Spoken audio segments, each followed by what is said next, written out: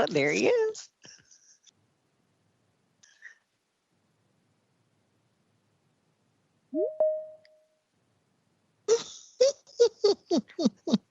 Look at that long hair.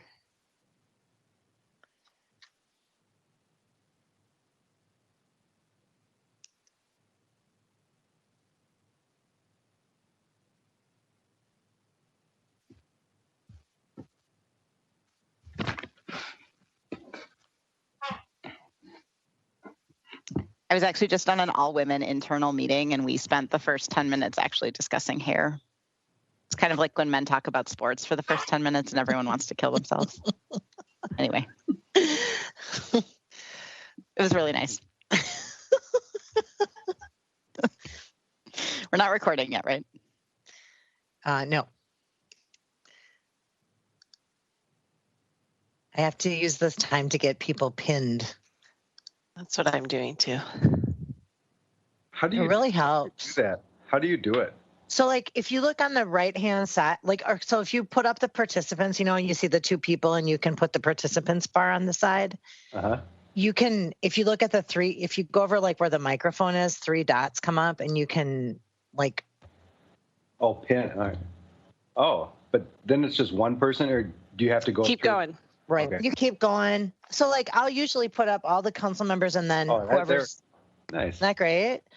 I know. Well, it makes it easier too because like the hand is on your screen. A year into the pandemic, and I'm finally figuring some of this stuff.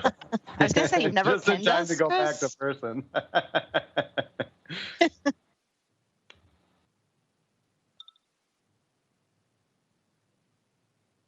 All right.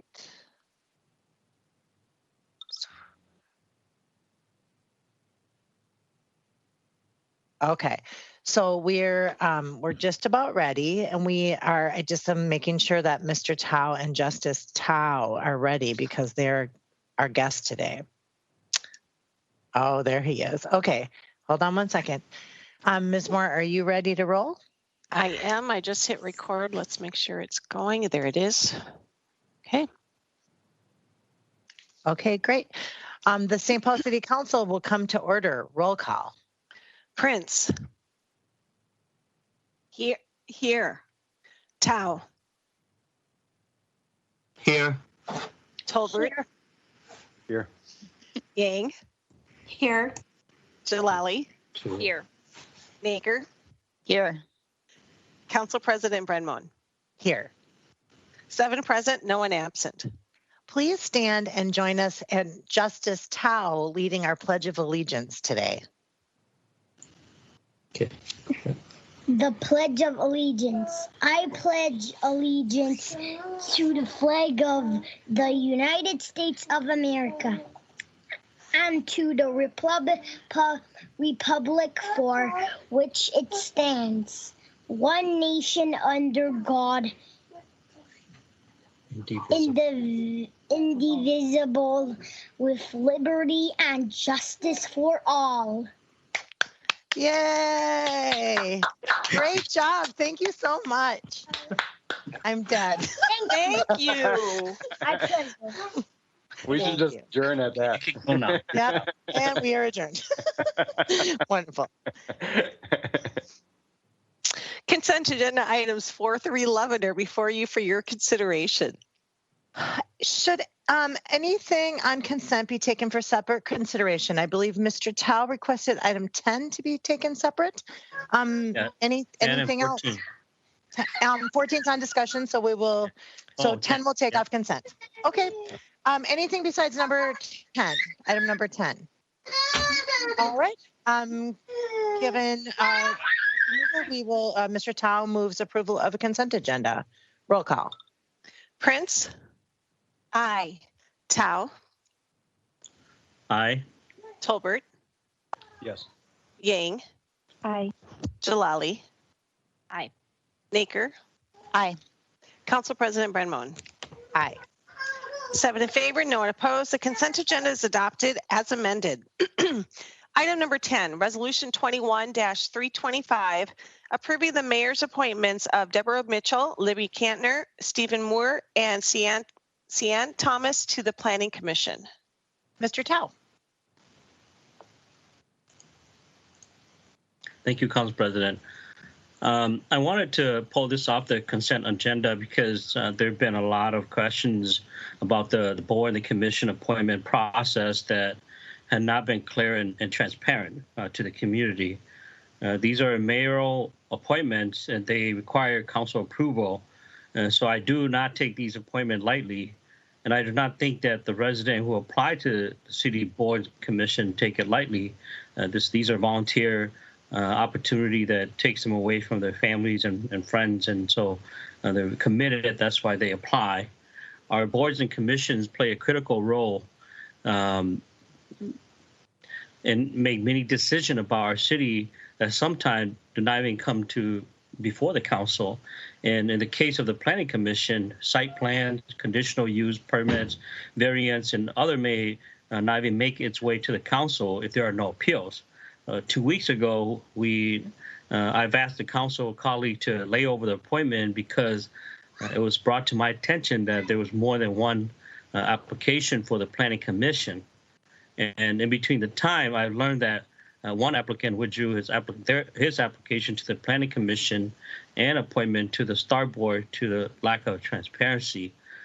And I also learned that it's actually a common practice for one to be appointed to a different board or commission from its initial application.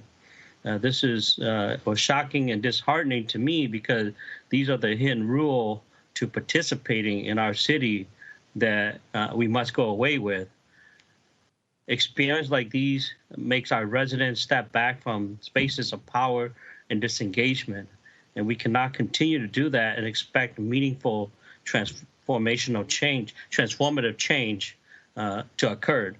And I'm disappointed that the administration continued to operate with secrecy and giving the council little time and information about who actually apply. This lack of transparency and partnership with the community and the council sometimes can perpetuate inequity. This type of practice also maintains the status quo, where we are only still counting the number of Black, Brown, Indigenous people in a room and proclaim success. And we cannot do that if we wish to actualize equity in our city and wish for our most marginalized residents to fully participate in our government. In closing, I share a quote from Tia Williams, the co-director of Frogtown Neighborhood Association. She said, "Changing racist system takes more than a tagline, and it takes more than counting the number of Black and brown people at the table. It requires boldness and humility from people in positions of power and privilege to step back, listen, and move in order to invite and create spaces for those with least access to privilege and power to lead. We can no longer afford to depend on allies to help us. We need accomplices." With that said, I urge the administration and representative on our boards and commission to shake the status quo and be in compliance with co-creating an equitable city for all of us. It requires boldness and humility. And the first place to start is to talk to each other from a place of love, accountability towards each other. Today, I'm going to vote in support of the slate of candidates on the board and commission because FNA have reached out to the mayor and Ms. Kettner for their May community forum. That would be a start of them being co-creator and accomplice in dismantling racist system. Thank you.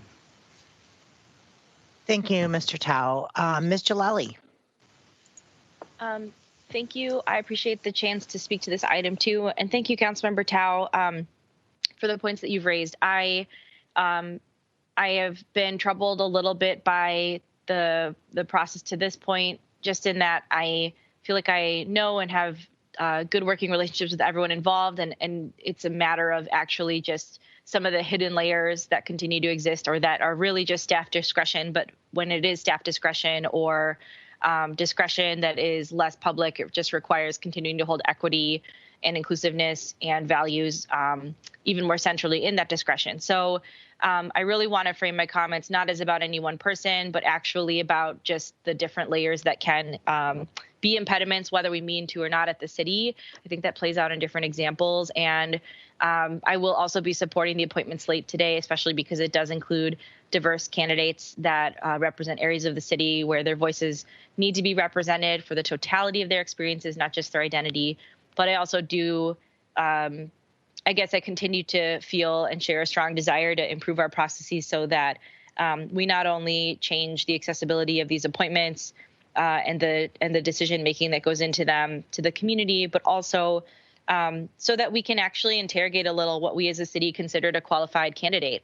I worry that, lots of people of color don't actually have access to a lot of the on-paper qualifications through structural racism that allow you to seem like a qualified candidate, but they actually have tons of qualifications in a range of ways that get valued less under our processes. So I believe our administration is committed to interrogating that. I believe that the council is, but I think it can still play out in situations like this that create wrinkles and that hurt our relationships with our community partners. And I think we have a responsibility to address that. So I simply wanted to reinforce the points you're making, Councilmember Tao, and explain where I've gotten to after getting to hear from folks very involved and passionate about this issue. But I appreciate the comments made and would like to add mine to that too. Thanks.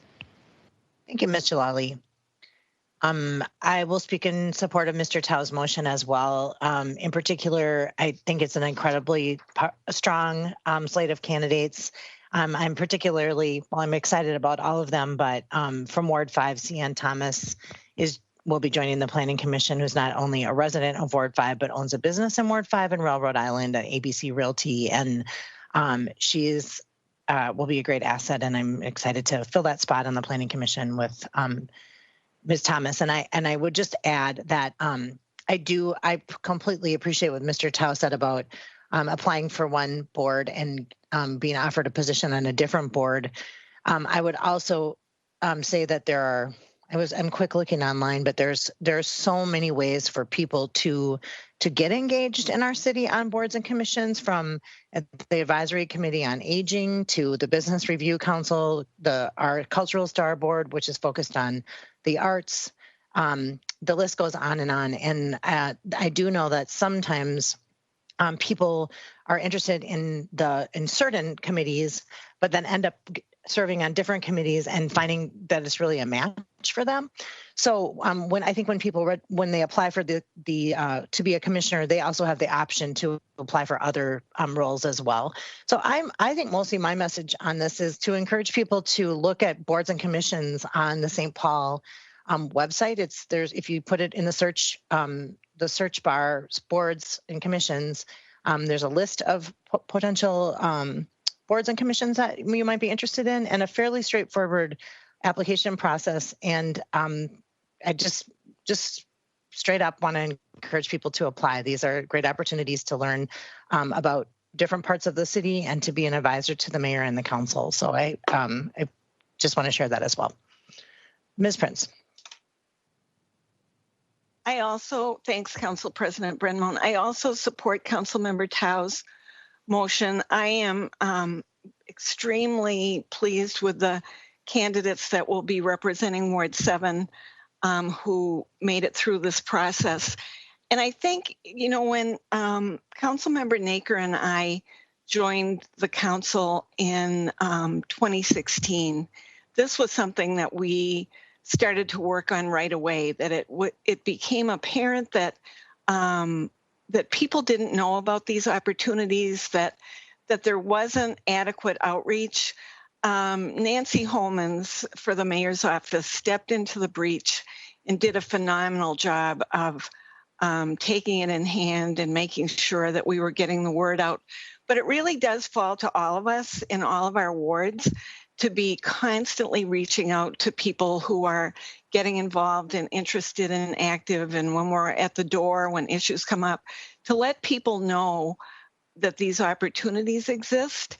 And just another opportunity to raise, although it's not yet a city board or commission, but this council will be seating a reparations legislative advisory committee this summer, and we will soon have an application on our city council website so that people can also get information and apply for that opportunity. But I think this has been a really important moment for the council to again assert that we really want to work together with each other, with our community, with the mayor's office to ensure that we appoint good and diverse board members and commissioners.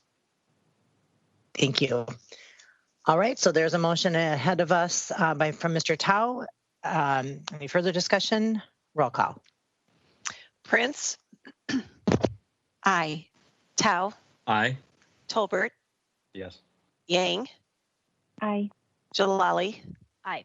Naker, Aye. Council President Brenmoen. Aye. 7 in favor, no one opposed. The resolution is adopted. Item 12 is being withdrawn. Item 13 is Staff Report 2121, an update on COVID-19 vaccinations. Great. So I am quick looking to my participants. I found Laura.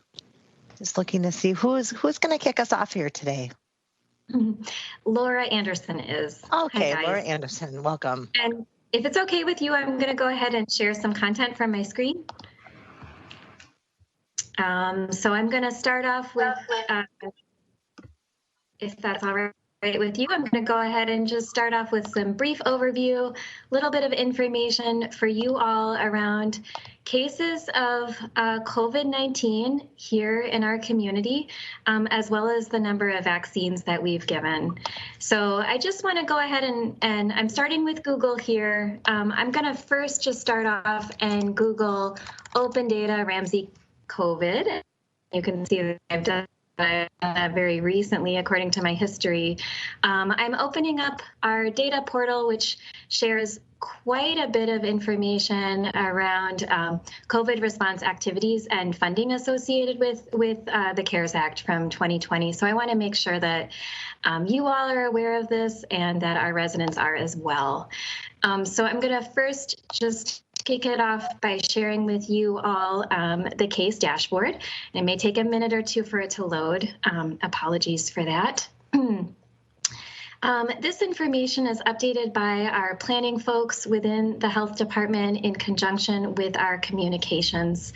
And it's a great source of information about how many residents we have here in the county who've been diagnosed with COVID-19, how many folks have been hospitalized, including folks who've had pretty significant hospitalization, so folks in the intensive care unit, individuals who have passed away as a result of their COVID-19 disease. And we have started to update this report to include individuals in our community who have received at least one dose of vaccine. And I'll share more about the vaccines that are available to us shortly, but I just want to put that out there for you all. You will see if you scroll down on the dashboard, we are very happy to see what appears to be a continued decline in cases in our community. We're seeing fewer reports of unknown transmission of COVID-19 in our community. And I think what that speaks to is the good work that we're all doing around social distancing, wearing masks, washing our hands, staying home when we have symptoms. Just to share a little bit further down, you can see, again, similar declines, similar trending declines in our case rate information, both cumulatively and weekly. The last thing that I do want to share here is just thinking proportionally about the number of residents in our community who are also people of color who have been impacted by COVID-19. You can see very clearly we have a disproportionate amount of residents who are also people of color who have been diagnosed with COVID-19. So I have to mention that front and center. We have many more folks who are Asian American who have been diagnosed, folks who are Black Americans who've been diagnosed, and folks who also self-report other races and ethnicities who have been diagnosed with COVID-19. So I just have to share that out with you. You'll also see some interesting information here around just case demographics. We continue to see younger people in our community who are impacted by COVID-19. And if you take a look at the geographic data, this will not surprise anyone at the City Council. We have the highest number of cases over here, in our most densely populated communities. That makes sense when you think about how this virus is transmitted. So that's just the general overview for your information. But now what I'd like to point you to, just to be a little more positive, is where we are with vaccine rollout. So from this same dashboard, you can click over and take a peek. There's general information for the public around COVID-19 vaccine. You will continue to see this message for the coming weeks. We are still in a place where the vaccine is not available to the general public. However, we are seeing more and more vaccine available, particularly for populations who are over the age of 65. So I'm going to stop sharing my browser, and I'm just going to briefly give you guys an overview of the vaccines that are available. If that's okay, hang on just a minute. Getting used to new systems. Give me just one more minute.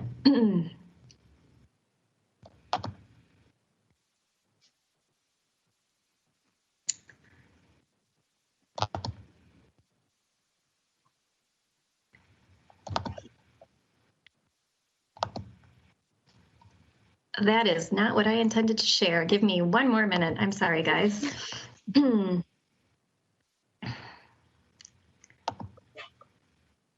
I'm sorry that I looked down. I didn't get to see the thing you didn't mean to share. I am very much still learning. You know what I'm going to do, guys? I am going to just talk to you briefly about the vaccines that are available, and I will go ahead and share my browser once more. I apologize. So the big news that I'm sure you all heard this week, we have a new vaccine that's available to us. Here in Minnesota, we've had two mRNA vaccines, the Pfizer and the Moderna vaccine, both available. Starting next week, we will have what's called a viral vector vaccine, a more traditional vaccine from Johnson & Johnson and Janssen that will be arriving here in Minnesota. There are some really good things about this vaccine, so I just want to highlight it. The state will be receiving about 42,000 initial doses of this vaccine to integrate into our existing clinic efforts. Unlike the Moderna vaccine, which is the other vaccine we've mostly been using here in our public health department, this is a single shot. It's a one-dose series. So that means less need for follow-up after the dose is delivered.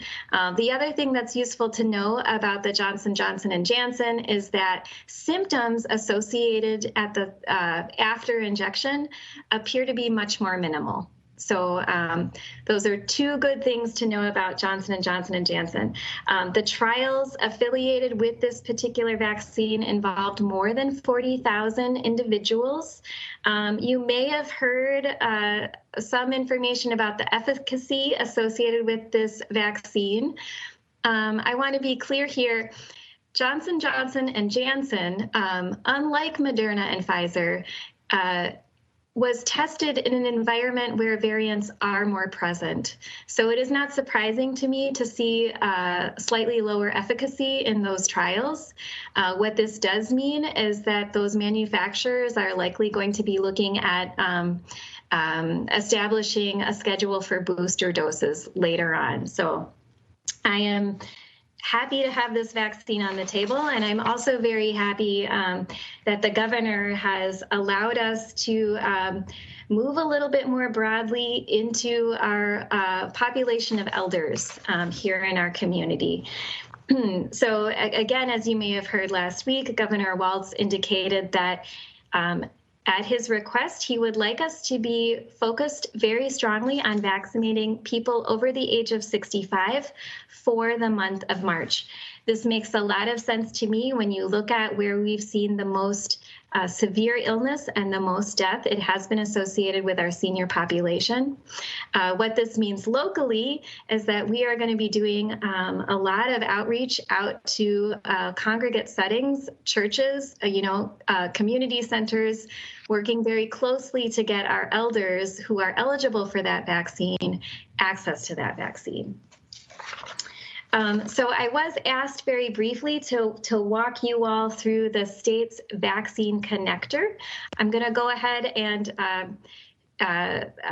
continue to share my screen here and just walk you all through the process of registering on this website. This is a website for us to utilize as residents so that we know when we are eligible for a shot. It's not the same thing as actually scheduling your shot. It's just getting on the list to make sure that when vaccine is available, you are the first to know. So for folks who speak other languages, the state does have a 1-888 phone number where you can call and someone will walk you through the process of registering. So I want to point that out. And I'm just going to go ahead and register as myself very briefly. We'll see how my typing goes for you all.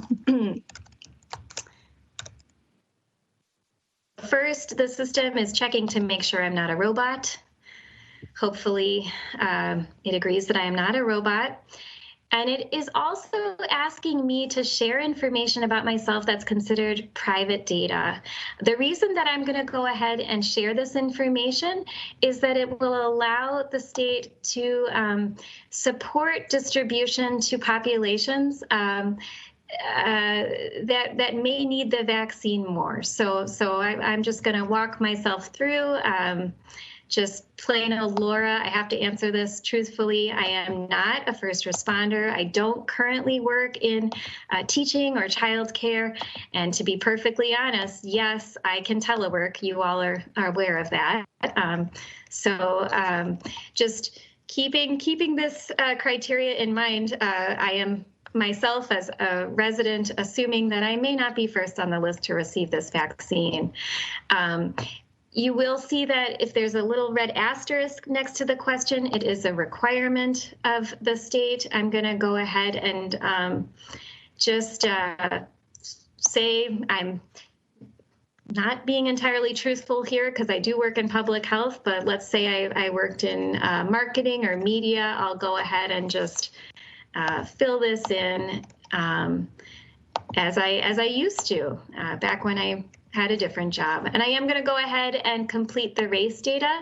Again, the reason for providing this information is so that the state can collect better information about folks who need that vaccine and distribute it accordingly. So I don't have to provide that information. So if I don't feel comfortable doing so, I can go ahead and hit prefer not to say. Same for, some of these other criteria. If I don't want to answer, I certainly don't have to. And there are interpreters available for folks who would like that service when making an appointment. This question, I believe, relates to wait lists. So if we have an opportunity to vaccinate someone in very short order, and if they have access to a vehicle or live near the clinic setting, this is an opportunity for you to say, yes, I could go ahead and make it to the clinic setting. I do not have any conditions which might make it more important for me to receive the vaccine right now or harder for me to come to a clinic. So I am selecting none of those conditions. In terms of my medical history, the reason why the state is collecting this information is that, again, the CDC has established criteria for certain persons who may have comorbidities that are associated with more severe COVID-19. This list of conditions may change in the future. I want you all to be aware of that. I've heard some rumblings that that may be the case. You know, again, for my personal situation, I don't have any particular comorbidities that would make it more necessary for me to receive the vaccine in short order. So last but not least, again, I'm just going to go ahead and complete the fields that are required by the state.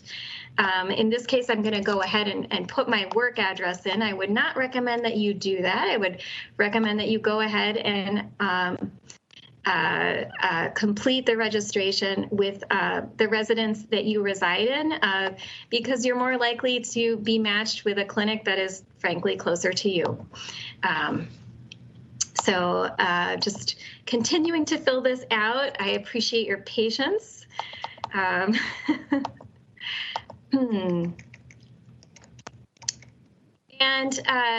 there are some interesting questions here. A lot of the systems that the state is using right now to connect folks with vaccine appointments, this has been a critique that I've personally had with the existing rollout. If folks don't have cell phones, it can be harder for them to receive information about a clinic date. You can see, though, that the state has offered a proxy for that cell phone number, and they are actively working to call folks who have landlines and assist them with getting that appointment. So that is an improvement that I am happy to see. Yeah, I'm going to say it's a landline. I'm going to say, no, I don't have the opportunity to receive text messages. And then again, for folks who may not be necessarily so technically savvy or have access to an email account, this is a proxy email account that you can go ahead and submit.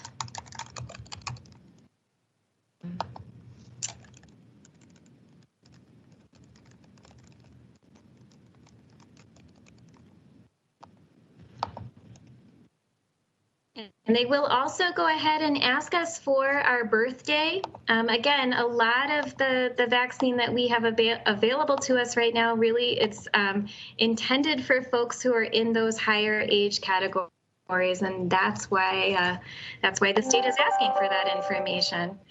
I'm going to go ahead and not answer the question about insurance and continue forward.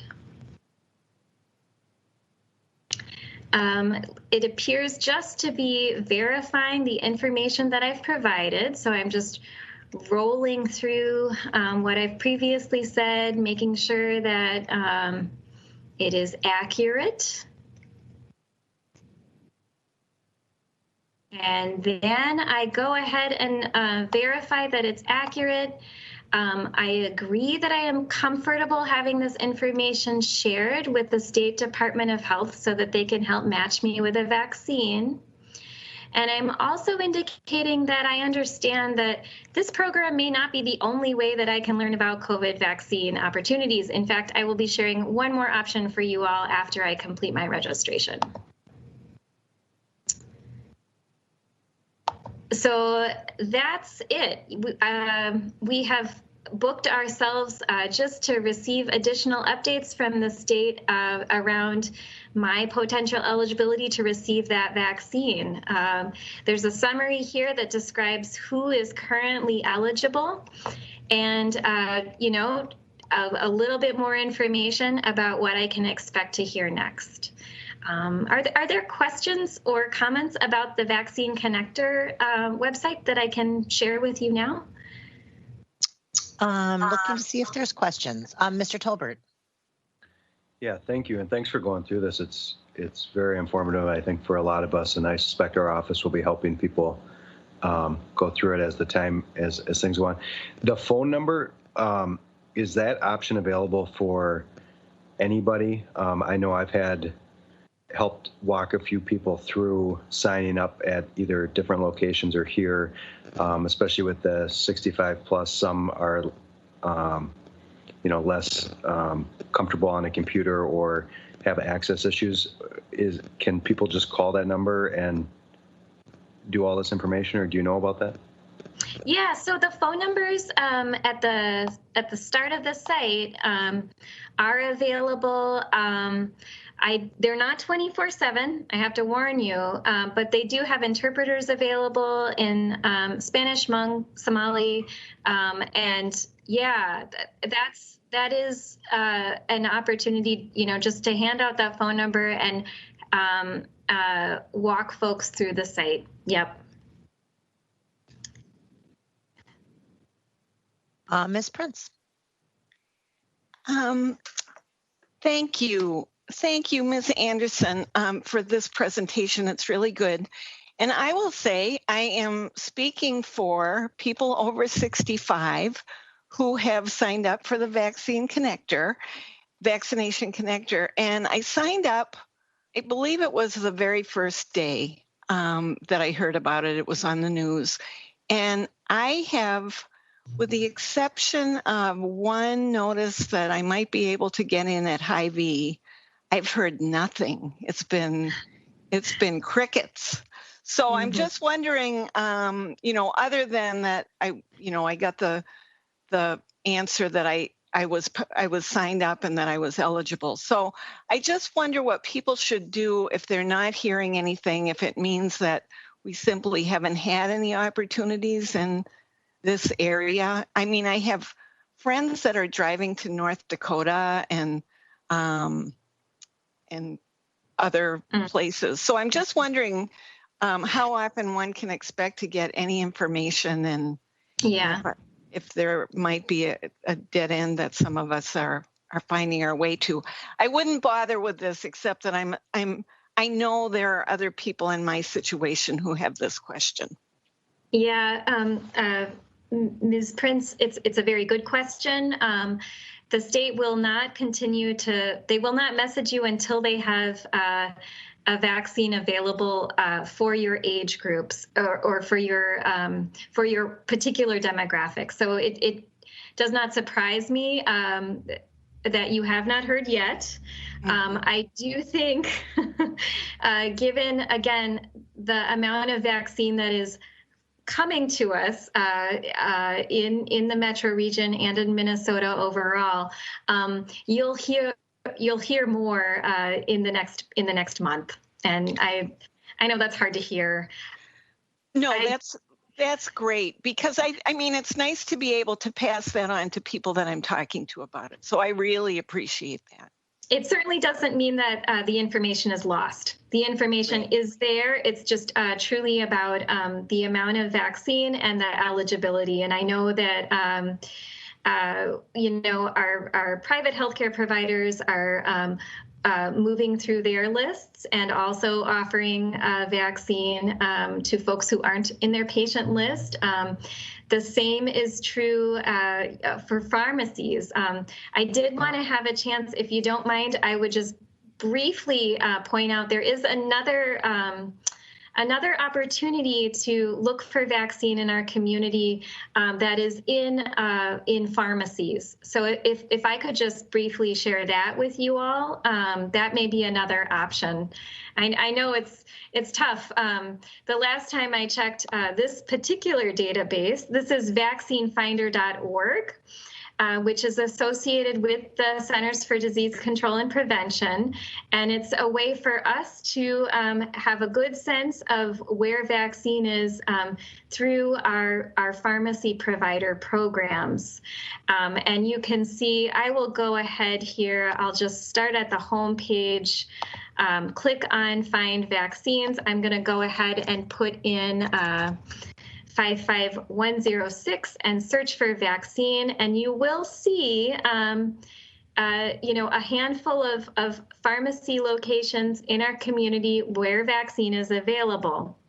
Now, my caveat for that is call in advance, because if you if you don't meet the eligibility requirement, if you're not 65 plus, they won't actually be able to help with that vaccine. So that is another option for our residents' consideration.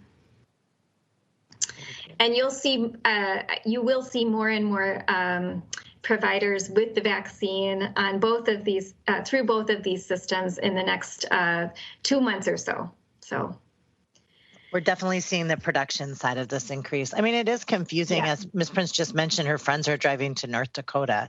I don't know how a Minnesota resident can get a shot in North Dakota or Wisconsin, but so I appreciate the clarification there. I see Ms. Naker has a hand up and Ms. Yang after her. Thanks, Council President, and thanks so much, Ms. Anderson. It's great to see the cases going down and the number of shots and arms going up. Can you just clarify in terms of I think it was 85,000 that have had their first dose so far in the county. How are we doing as a county compared to other places? Are we using all of the doses that we get? Is that a pretty good rate in terms of how many folks we're getting vaccinated? Just wondering sort of how well we're doing on that front. And then also, to your point about the disproportionate impact of the pandemic on communities of color, are we tracking to see who is getting vaccinated to make sure that that the shots are equally accessible to all of our communities and tracking that demographic data?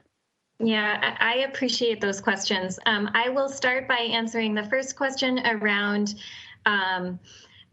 how do we compare as a community against other jurisdictions across the state of Minnesota? So going again from that initial report that I shared with you, if you can still see my screen, I'm headed to the state's vaccine data dashboard, and you'll be able to see pretty closely, well, it may take a moment to load. You will shortly see that our community is pretty comparable with other jurisdictions in the metro in terms of the numbers of doses both received and administered. The suspense is killing us, right? Okay, hang on.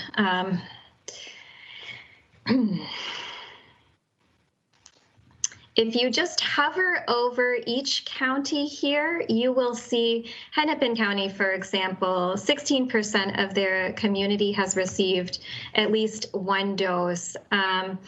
Looking out at Anoka, they're sitting at 11.7. Here in Ramsey, we're at 15.7. So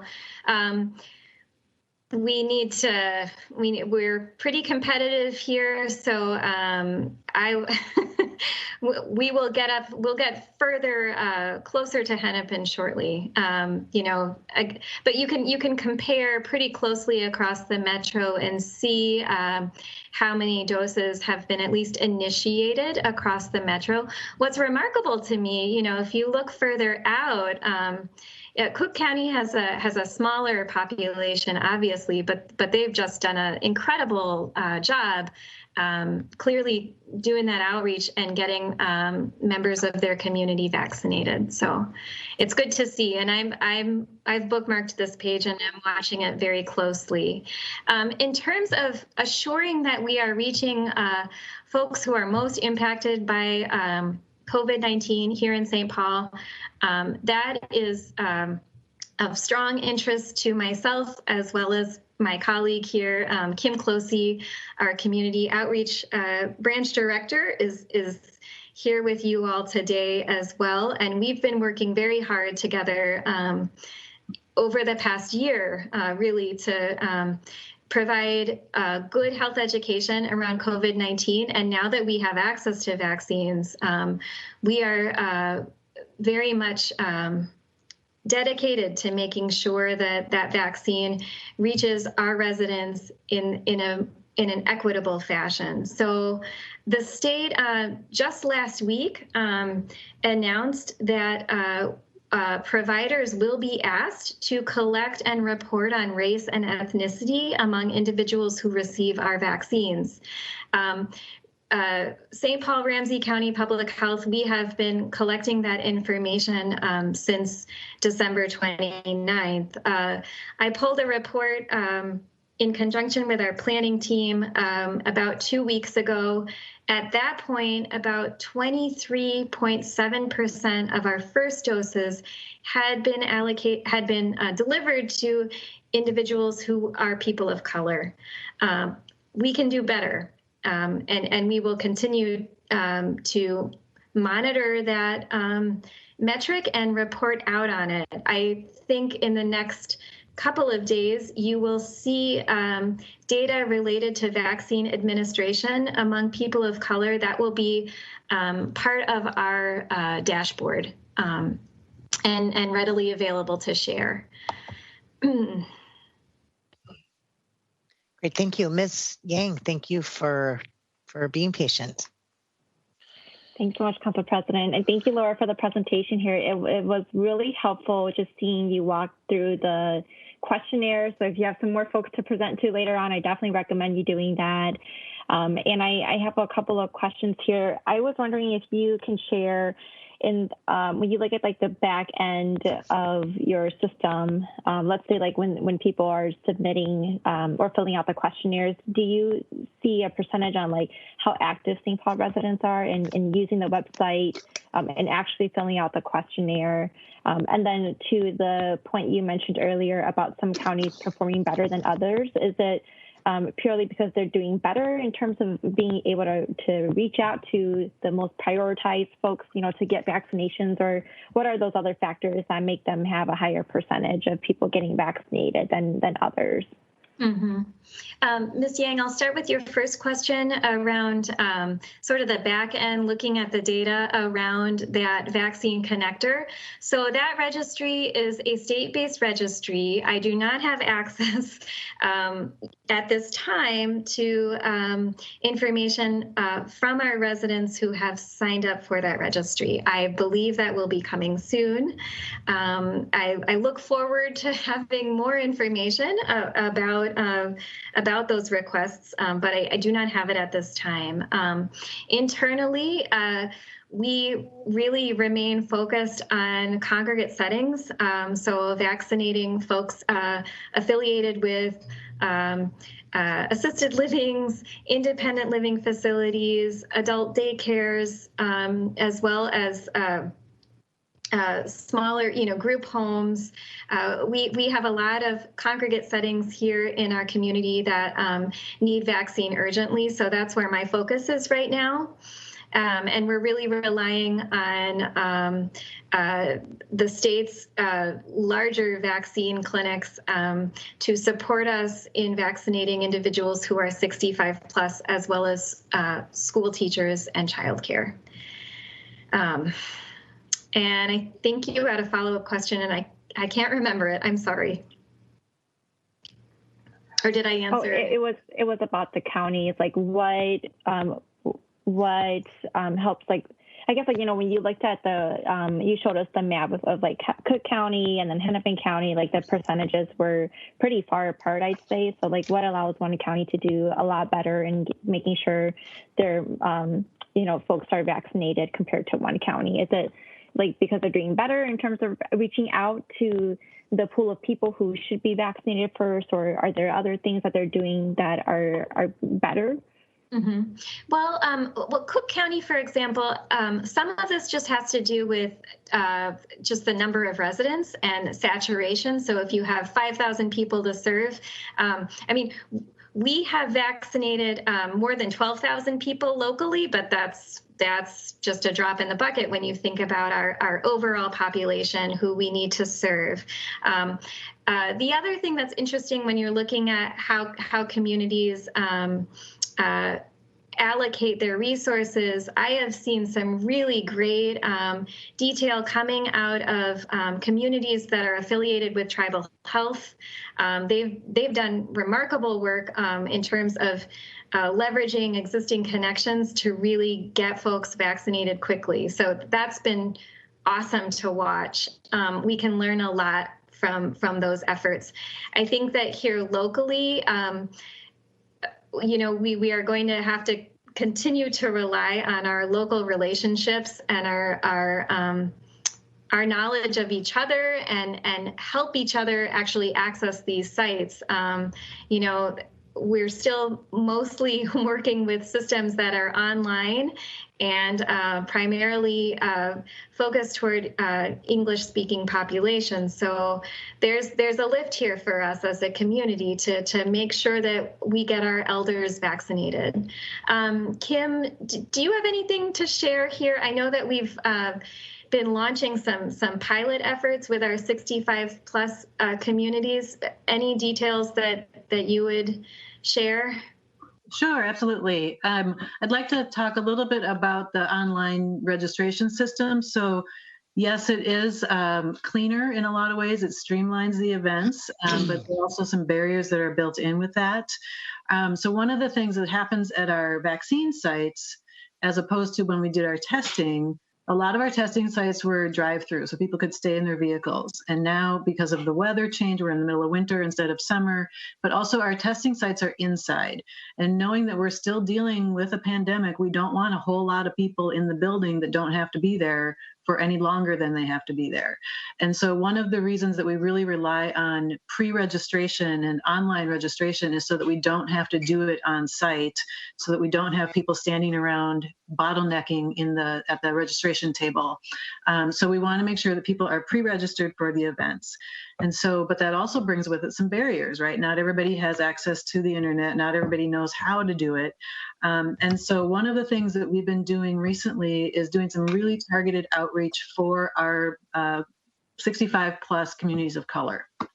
So for example, just this last weekend, we had 2 of our outreach staff physically go to a location, set up a table in a building, in a high-rise building, and register people from the East African community. So they sat there with their laptops, people came to the table one at a time, and then our staff registered them, said, here's your time, this is where you need to go. The unfortunate thing is then we have to send them to Arden Hills to go get vaccinated, which means then there's a transportation issue. So then we got really creative and pulled in all of our community contacts and talked to local mosques, local organizations that support this community, and figured out a way to provide some transportation to get people to the vaccine site. But we were able to do 70 plus seniors from the East African community this past weekend, and they actually got vaccinated yesterday. And then the other thing that we're working with is other organizations that are supporting particular community groups. We work very closely with the Hmong Healthcare Professional Network, and there's some coordinated effort with our MRC, which is our Medical Reserve Corps, in getting Hmong healthcare professionals registered in the MRC so that they're covered with liability issues if they're on a site doing vaccines. But then we can get those folks trained as injectors. Then they can go to the Hmong adult daycare centers. We're working with getting their staff vaccinated first, and then we can start vaccinating Hmong elders. So there's a lot of ways to kind of tap into what already exists in the community, but also make it be real user-friendly so that people are not facing the technology divide as one of the barriers in order to getting a vaccine. So if that helps. Thank you so much. Ms. Prince. Yeah, for those events for specific immigrant communities or communities of color, how do you get the word out about those events? Are those things that we could be promoting to our constituents in those communities? So again, it's a supply and demand issue, right? So the vaccine sites that we have, as Laura mentioned earlier, these are closed sites. They're not open to the general public because we are focused on phase 1A and 1B. However, seniors do fall into category 1B. At the same time, we are allocated X number of vaccines for that particular site.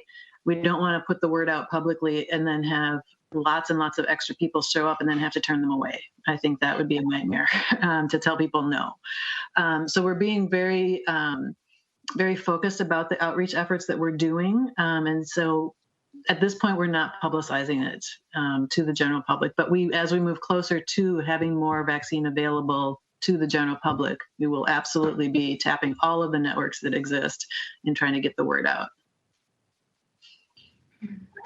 It really sounds like it's been a balancing act, trying to notify people and get them in the loop, but also there is just a shortage of vaccines at this time. And I was really grateful to see that President Biden upped the estimate of when all adults could be vaccinated from the end of summer really to the end of May. So that sounds like a big deal. Great. Well, and to Ms. Prince's point, please, we have expansive social media networks that we want to use to help share the message. So when the time is right, we want to be your partners in this. Mr. Tolbert has a hand up. Yes, and thank you. First of all, I just want to say I'm glad that all the translation services that are available and the phone numbers that people have the option to call. I hope maybe some of the newspapers that write about this will put the phone numbers in there, because there's a lot of people who don't read our Facebook updates, but they read the newspaper and they might be willing to call in. The other thing I'll tell my colleagues is next week we do have some of the healthcare providers coming in to talk about this on their end, just to kind of preface that.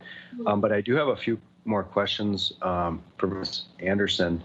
The COVID Finder listed pharmacies, but are those the only locations, or there's a few community locations? I know the Minneapolis Convention Center is one of the closer community places. Can you talk about locations beyond just the pharmacies where people are getting vaccinated?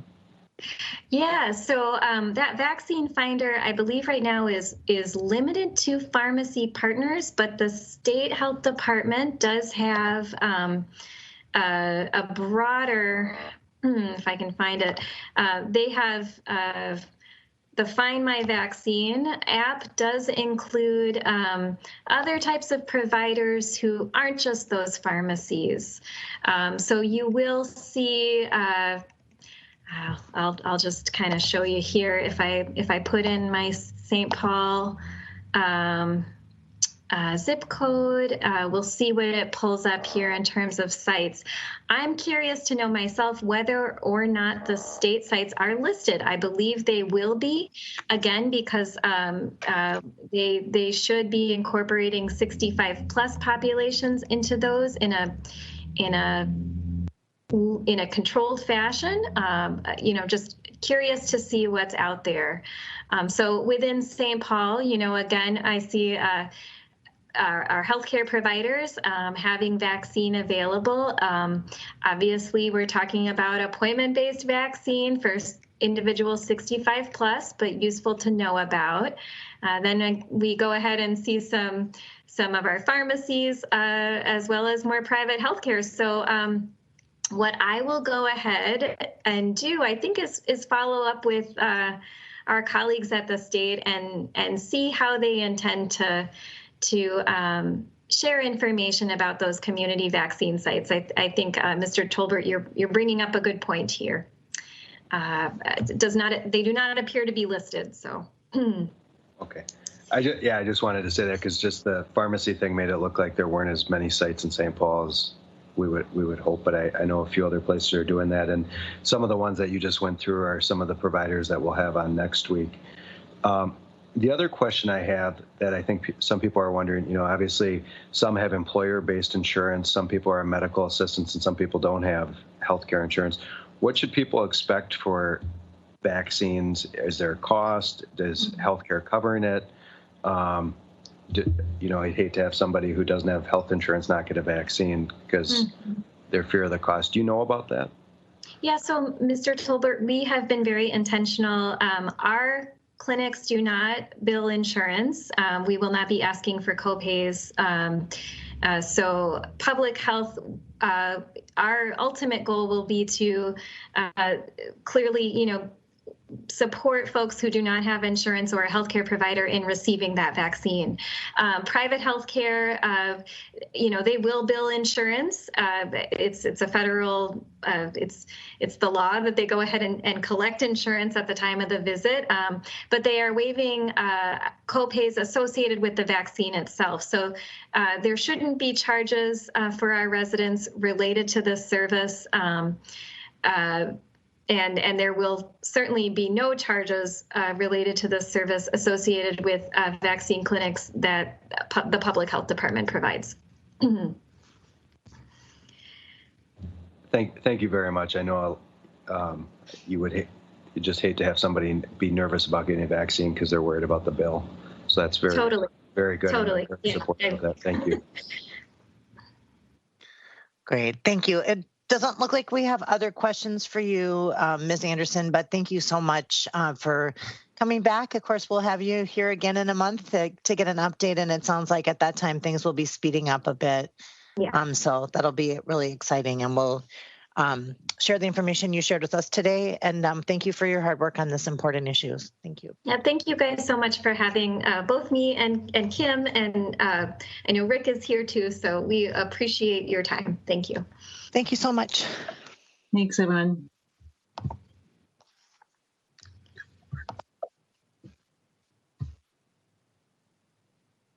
Item 19, Resolution 21-257, approving the mayor's appointment of Roxanne Drawn and Walter Battle to a 4-year term on the Neighborhood Star Board. This was laid over from last week. And you said item 14, correct? Yes. All right. So on this item, Mr. Tao mentioned this earlier, but we have a version 2 in Legistar, I believe, which moves forward Roxanne Drawn.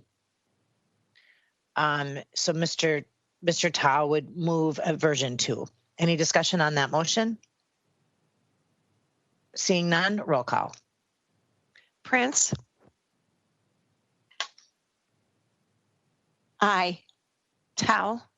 Aye. Tolbert? Yes. Yang? Aye. Jalali? Aye. Naker? Aye. Council President Brenmon? Aye. 7 in favor, no one opposed. The resolution is adopted as amended. Item number 15 is final adoption of ordinance 21-10, creating chapter 223 of the legislative code relating to guaranteed income program. This is before us for our final vote, so I'm just looking to see if folks have final comments before we move to a vote. Oh, Mr. Tolbert. Yeah, I just want to say I had some clarifying language for my amendment last week.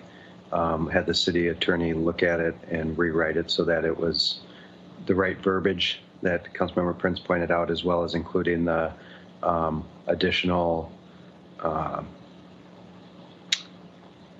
not sure what to call it, the additional resource that could be available if someone loses public assistance, making sure that that's associated in the resolution.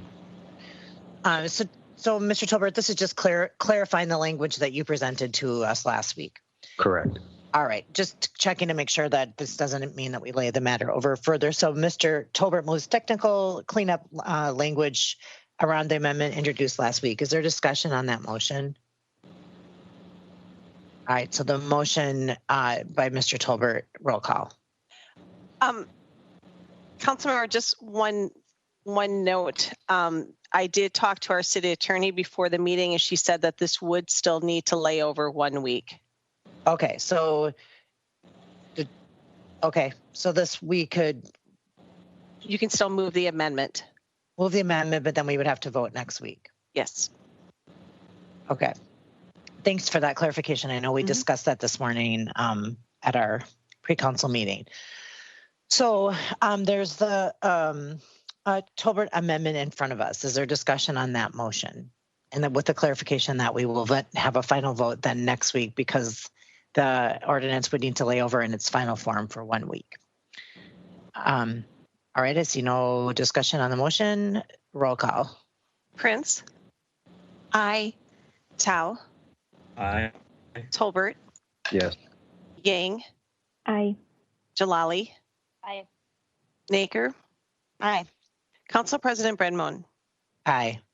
7 in favor, no one opposed. The amendment is approved and the ordinance is laid over to March 10th for final adoption. Item number 16, Resolution Public Hearing 21-26, ratifying the assessments for replacement of lead water service line on private properties during July to September 2020. All right, this is a public hearing we've held online and over the phone. As such, Mr. Tao would move to close the public hearing and approve. Any discussion on that motion? Seeing none, roll call. Prince, Aye. Tao, Aye. Tolbert, Yes. Yang, Aye. Jalali, Aye. Naker, Aye. Council President Brenmon. Aye. 7 in favor, no one opposed. The public hearing is closed and the resolution is adopted. Item 17, Resolution Public Hearing 21-27, ratifying the assessments for repair of sanitary sewer line on private properties during July to September 2020. And this public hearing was held online and over the phone. As such, Ms. Yang moves to close the public hearing and approve. Any discussion on that motion? Seeing none, roll call. Prince, Aye. Tao, Aye. Tolbert, Yes. Yang, Aye. Jalali. Aye. Naker. Aye. Council President Brenmon. Aye. 7 in favor, no one opposed. The public hearing is closed and the resolution is adopted.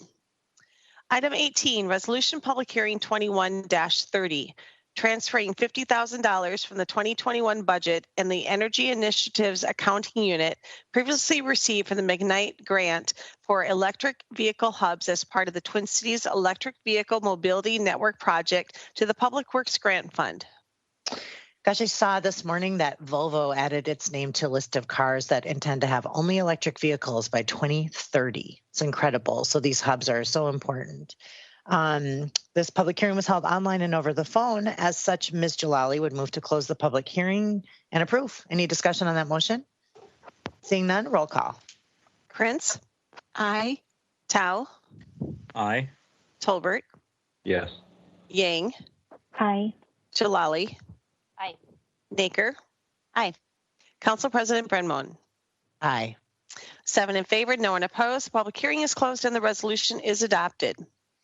Item 19, Resolution Public Hearing 21-34, approving installation of bike lanes on Hamlin Avenue from Highland Parkway to Randolph Avenue. Mr. Tolbert. Yeah, I'm going to request a 1-week layover on this. A few of the businesses that are along this corridor have reached out recently. I just want to have the chance to talk with them. I know staff did do outreach this fall, but it was followed by some hard shutdowns of these businesses. So I know they had a lot going on at the time, and I think I'd like to talk with them. Also, I do have a few questions about the sidewalk replacement and/or improvements and pedestrian improvements that will be along the route that I'd like to get situated before we vote on it. But I think it is a good project, but I think I would like to do those things first. So. All right, so Mr. Tolbert is requesting a 1-week layover on this item just to be able to close the loop with some of the area businesses. Any discussion on that motion? All right, seeing none, roll call. Prince, Aye. Tao, Aye. Tolbert, Yes. Yang, Aye. Jalali. Aye. Naker. Aye. Council President Brenmon.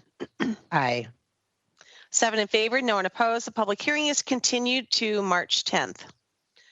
Item 20, Resolution Public Hearing 21-46, authorizing application acceptance of 2 grants from the state of Minnesota for asset preservation of the Minnesota Humanities Center's main facility, amending the 2021 city budget in the amount of $1,750,000 upon acceptance of said grants, and approving and authorizing execution of a state grant agreement and other necessary documents in connection therewith. Great, and this public hearing has been held online and over the phone. As such, Ms. Yang would move to close the public hearing and approve. Is there discussion on that motion? Go ahead, Ms. Yang, yes. Oh, yeah. Thanks, Council President. I just wanted to share that Jenny is also here to answer any questions if you all have any. All right, so if there are questions, Jenny can answer them. And I would just, this is just one of those really cool buildings that's kind of tucked away that if you've lived in St. Paul your whole life, you might not even know it's there. And it's really cool. It's a really cool place. Are there any questions? It looks like there are not questions. Ms. Yang's hand's up. Not now. That's all. We have taken comments online and over the phone, so Ms. Yang moves to close the public hearing and approve. If any further discussion on that motion, seeing none, roll call. Prince, Aye. Tao, Aye. Tolbert, Yes. Yang, Aye. Jalali, Aye. Naker. Aye. Council President Brenmoen. Aye. 7 in favor, no one opposed. The public hearing is closed and the resolution is adopted. Item 21, Ordinance 21-4, amending the zoning code as recommended in the definition of family zoning study. All right, and this is an ordinance before us for the third reading public hearing, and we've also taken a significant amount of testimony online and over the phone. Is there discussion on this item as part of the public hearing? Ms. Jalali. Thank you. So I know that this ordinance has come before us for its readings, and since then our office has continued to receive questions we've been working with staff on. It was my understanding that there would be a couple of folks from DSI to speak to some of those questions, just so that I just think it's important to get into the public record and for further clarification some of those answers here. So is there staff from DSI prepared to field some questions as part of this? Yes, it looks like Mr. Bistodeau is in the house, and I believe able to answer questions about this, the definition of family and how it relates to the C of O, et cetera. Is that what you're looking for?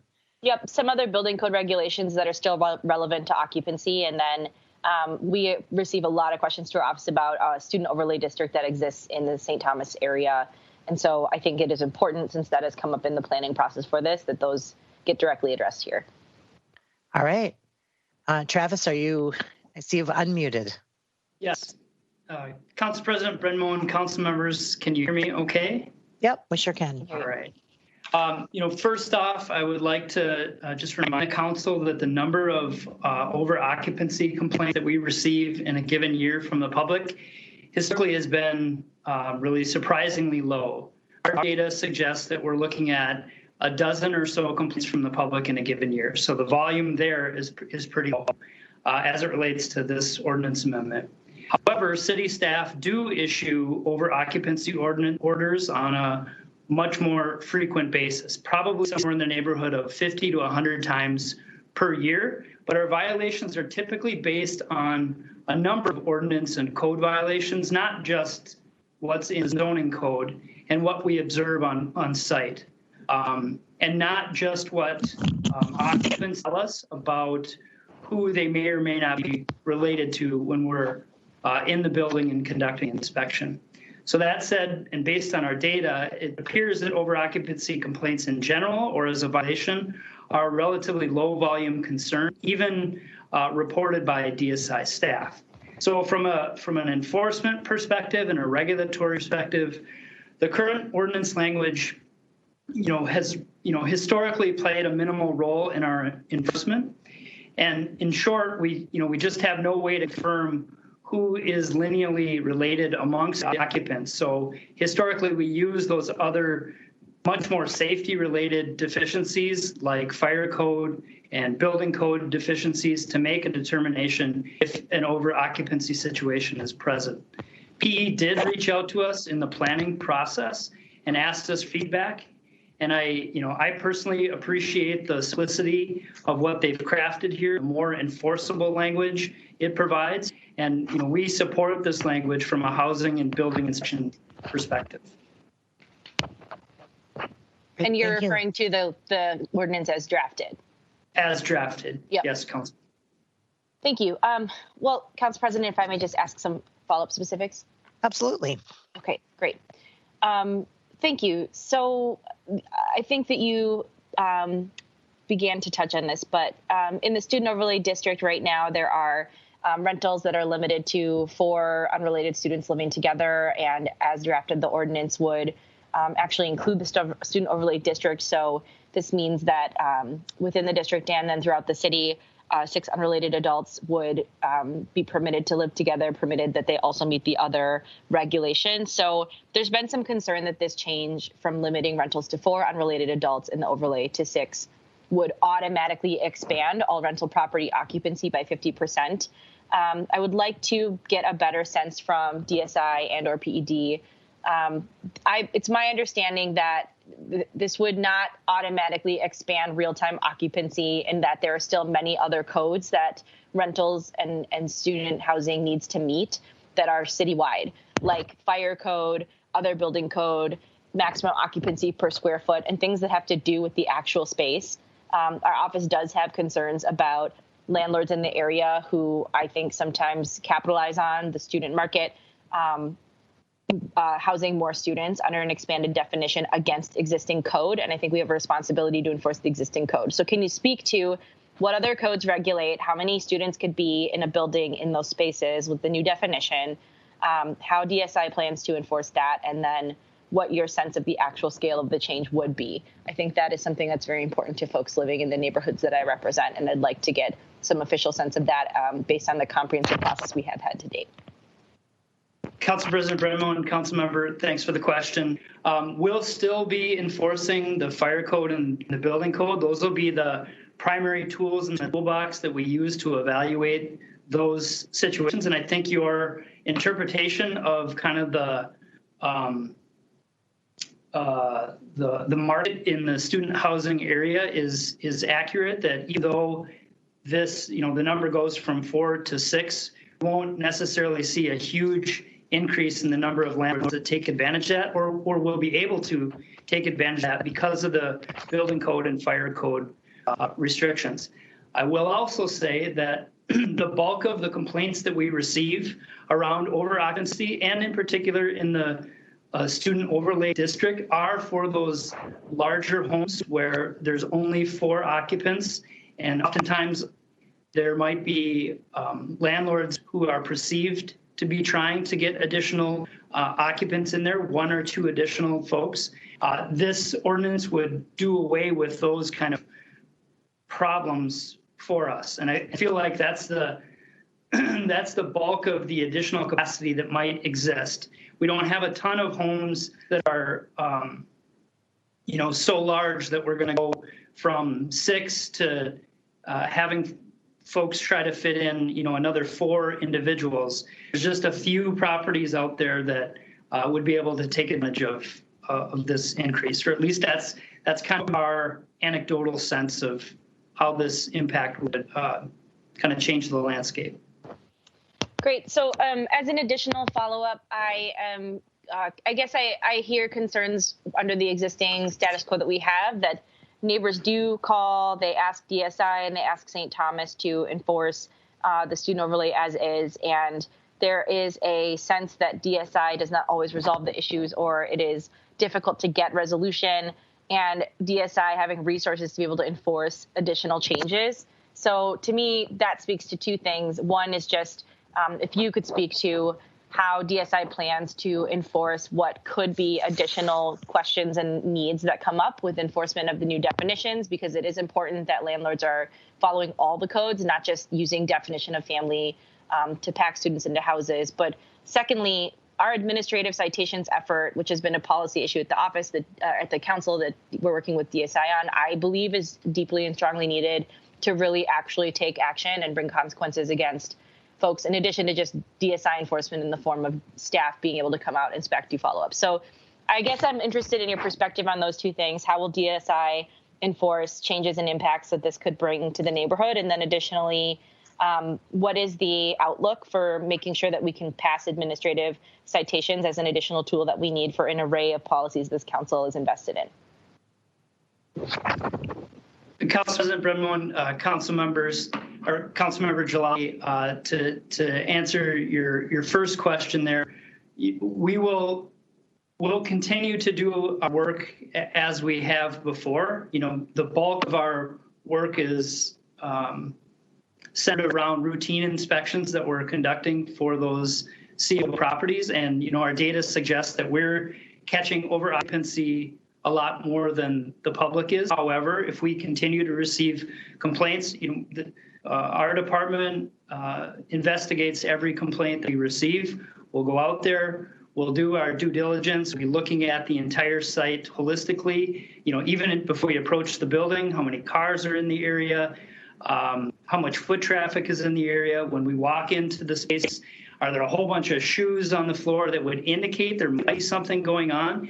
But we'll still fall back on those building code and fire code provisions, as well as the new zoning code definition. And then for your other question with regards to administrative citations, that project is still moving forward, and there's a broad multi-city departmental team working on that effort. At this point, I don't see a need to use administrative citations in the fire C of O realm, at least as it pertains to this particular topic, and especially in the student overlay district. Those student housing facilities are sought after.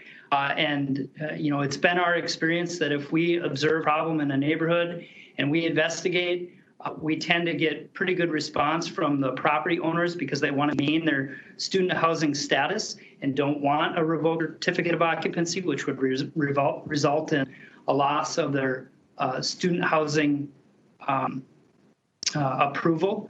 So while I think administrative citations is a great tool, and I hopefully that's going to continue to move forward, I don't know that it would come into play in this particular realm. Revoking the threat to revoke a certificate of occupancy typically resolves most of our C of O issues. I hope that answered your question. Yeah, thank you. I'm going to make sure that our office shares some additional information just with our community partners that builds on this about the specific codes that landlords are also expected to follow. And then our office is going to commit itself to making sure that we are significantly involved in enforcement to make sure that this is a manageable change.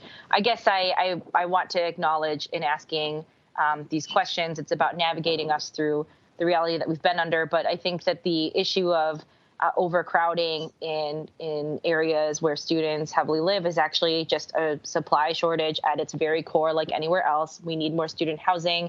We need a lot more of it.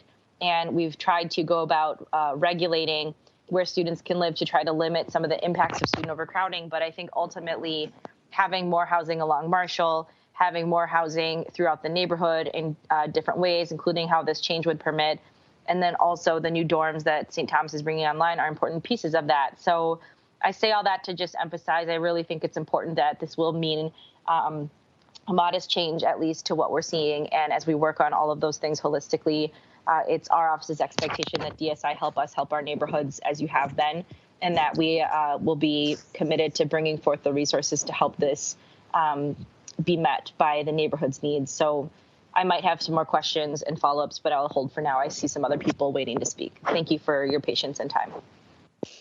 Thank you, Ms. Jalali. I see Ms. Naker has a hand up, and then Ms. Prince. Thanks, Council President. And thanks so much, Mr. Bistadu, for those really helpful answers. And Councilmember Jalali, I really appreciate those helpful questions. This might be more a question for Mr. Wade, who I see is on, but I'm just curious. I know there was a lot of concern from a lot of the neighbors that Ms. Jalali mentioned about the increase of the number of possible students in a home from 4 to beyond that. I'm wondering where we got the number 4 in the student overlay district to begin with. Why not 3 or 2 or 5 or 6? How did we arrive at 4? Was that based on some study of, what kind of occupancy would be most amenable to a neighborhood, or just what was the reasoning for that number? Council President, Council Member Naker, thank you for the question. That number 4 is the existing maximum number of unrelated adults that can live in a dwelling across the city of St. Paul before this amendment would be adopted. So it was sort of the maximum number available at the time. To my knowledge, there wasn't a conversation about the difference between 4 students and a 5th student in a house or a 6th student in a house. So that conversation wasn't necessarily had. 4 was sort of the top of the conversation. So to my understanding, there wasn't a there wasn't data necessarily that was collected and studied. There was a lot of work and a lot of study generally done during the creation of the student housing neighborhood impact overlay district, but it didn't necessarily include looking at numbers above 4. Thank you. So just to clarify, the creation of the district then was not intended to lessen the number of students beyond any more than the number of people in any unit in the city. It was kept consistent with the number of unrelated adults allowed in the rest of the city. And so now if we were to increase the number of unrelated adults to 6, the district consistently with that reasoning would go up to 6, in my understanding. That makes sense to me, to my knowledge of the work that was done at that time. I know that we do have other members here who were present around that time and might be able to speak to some of the more minute conversations that were had in that work. Thank you.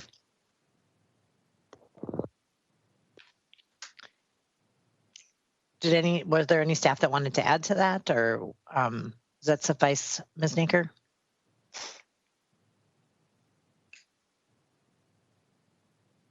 Yes, it suffices, sorry. I just want to ask, this is a strange question to ask, but Ms. Naker usually has her camera on and she says she has hers on, but I see a picture. Does anyone else, do you see a camera or a picture? I see Rebecca. I see Councilwoman. There she is. Video. Okay, I was thinking it's on my end, so thanks for clarifying that. Ms. Prince. Thank you. Yeah, I can definitely speak to the history on this, and it started with Councilmember Benenov and Councilmember Bostrom working together to get the C of O to include single family and duplex dwellings, because prior to that we had no ability to get into those buildings, and in a student environment it was resulting in overoccupancy, fires, any number of problems. It's also important to note, and I don't think that Councilmember Benenov would object to my saying this, that one of the reasons he decided to run for office among several was the difficulty that student housing presented in a relatively small area in the city. So within that student overlay district, now that we have the distance requirements, there are 272 single family and duplex dwellings. If you just count 272 as if they're all single families, you have about 1,100 students living in a relatively compact area. And if you add that number up to 6 per household, then you're basically doubling the number of students living in the student overlay district. So, I mean, in terms of just understanding what those numbers mean and why this was put into effect, I think that's really important to understand. In the 10 years that I worked in the council member's office, we spent a tremendous amount of time working hard to build a better relationship between St. Thomas and its neighbors.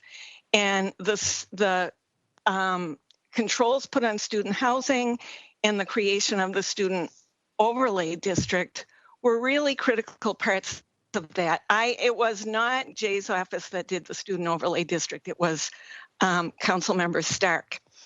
But we had been working on these issues. I think it's really hard for me, given that history, to see that both the West Summit Neighborhood Advisory Committee, which is made up of representatives of the neighborhood and St. Thomas's staff and board, support keeping the student overlay district at the number 4. And also, it's my understanding that the Union Park District Council has also asked for that. And Marion Park is where Jay lived, where he experienced a tremendous amount of just neighborhood quality of life issues with student housing. It's also important to know that the student overlay district applies exclusively to undergraduates. So we're not talking about graduate students or other regular renters. So in any case, I know we're not voting on this today. I do have a couple of questions of Mr. Beastidoux, but I would be very inclined to support an amendment that kept the student overlay district at 4. And if we do not do that, that we would agree to some kind of a 12 to 18 month sort of look back to say, how is this working? Are we having problems? Have there been more complaints? Is over-occupancy an issue? Travis, you referred to the incentive that landlords have to follow the rules because they don't want to lose their student housing status. Can you tell me how many revocations there may have been since the student overlay district has been in effect? Council President Brenmo and Councilmember Prince, I'd have to look into our database. That's something that we find.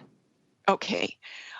I would, if you could find that, and also if you could speak to the issue of how many over-occupancy violations that you've found in the student overlay district since the district has been in effect. I am guessing that you don't have that information with you today. And that I might have. Okay. No, I'm sorry, Councilmember Prince. I'd have to look into that too. Okay. Well, in any event, I wanted to share all of this because the history is significant because things have been much better in the community since there has been a student overlay district. So I don't want anyone to think that this is about not wanting student housing or that students are a problem. Student housing was definitely a problem historically, and the student overlay district has done a tremendous job of reducing that problem. Another thing that's reduced the problem is that St. Thomas now requires that all freshmen and sophomores live on campus. So there have been some really important agreements made between neighbors and between St. Thomas to make this community more livable and to make it work better. And I just don't want us to overlook that by saying, well, there isn't a problem, so let's just change it. Thanks, Ms. Prince. Ms. Jalali. Thanks. I think I had the thing happen where 16 comments ago, my point no longer. It's the one that just got brought up, but that's fine. There's a lot to cover. So I guess I'd just like to point community members, our offices, et cetera, there's a planning commission memo of the family definition changes, and to the questions that I asked of DSI about what other relevant ordinances and occupancy regulations apply. I think it's important that we look at this accurately, and actually it's not true that just expanding the definition of family automatically expands households in the student overlay district, because those buildings are all still under the regulation of other codes. And if people want details on what those are, if you go to page 13 of the Planning Commission memo, it talks in detail about the next most restrictive occupancy limit, the Minnesota Fire Code, which requires a minimum of 200 square feet per occupant. Next than that is Chapter 34 of the St. Paul Legislative Code, minimum property maintenance standards, requiring dwelling units with a minimum habitable gross area of 150 square feet for the first occupant, at least 100 square feet for each occupant thereafter. There's a lot of specifics in here that I don't know have been clarified to our community, that this is not the only code that we are subjecting buildings to that limit and dictate who can live where. So I just think that's important because it means that where there are actually places in the student overlay district where these other codes could be met and more students could be met, that actually reduces crowding overall.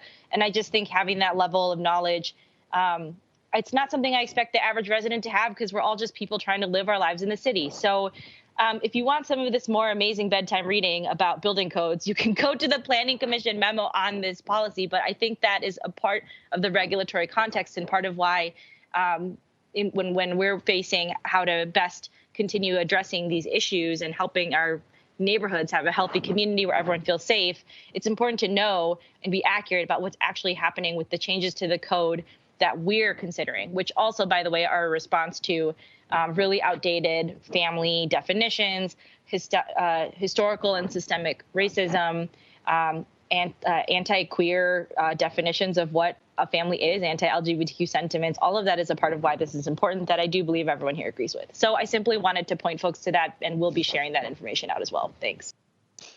Thank you, Ms. Jalali. Ms. Yang.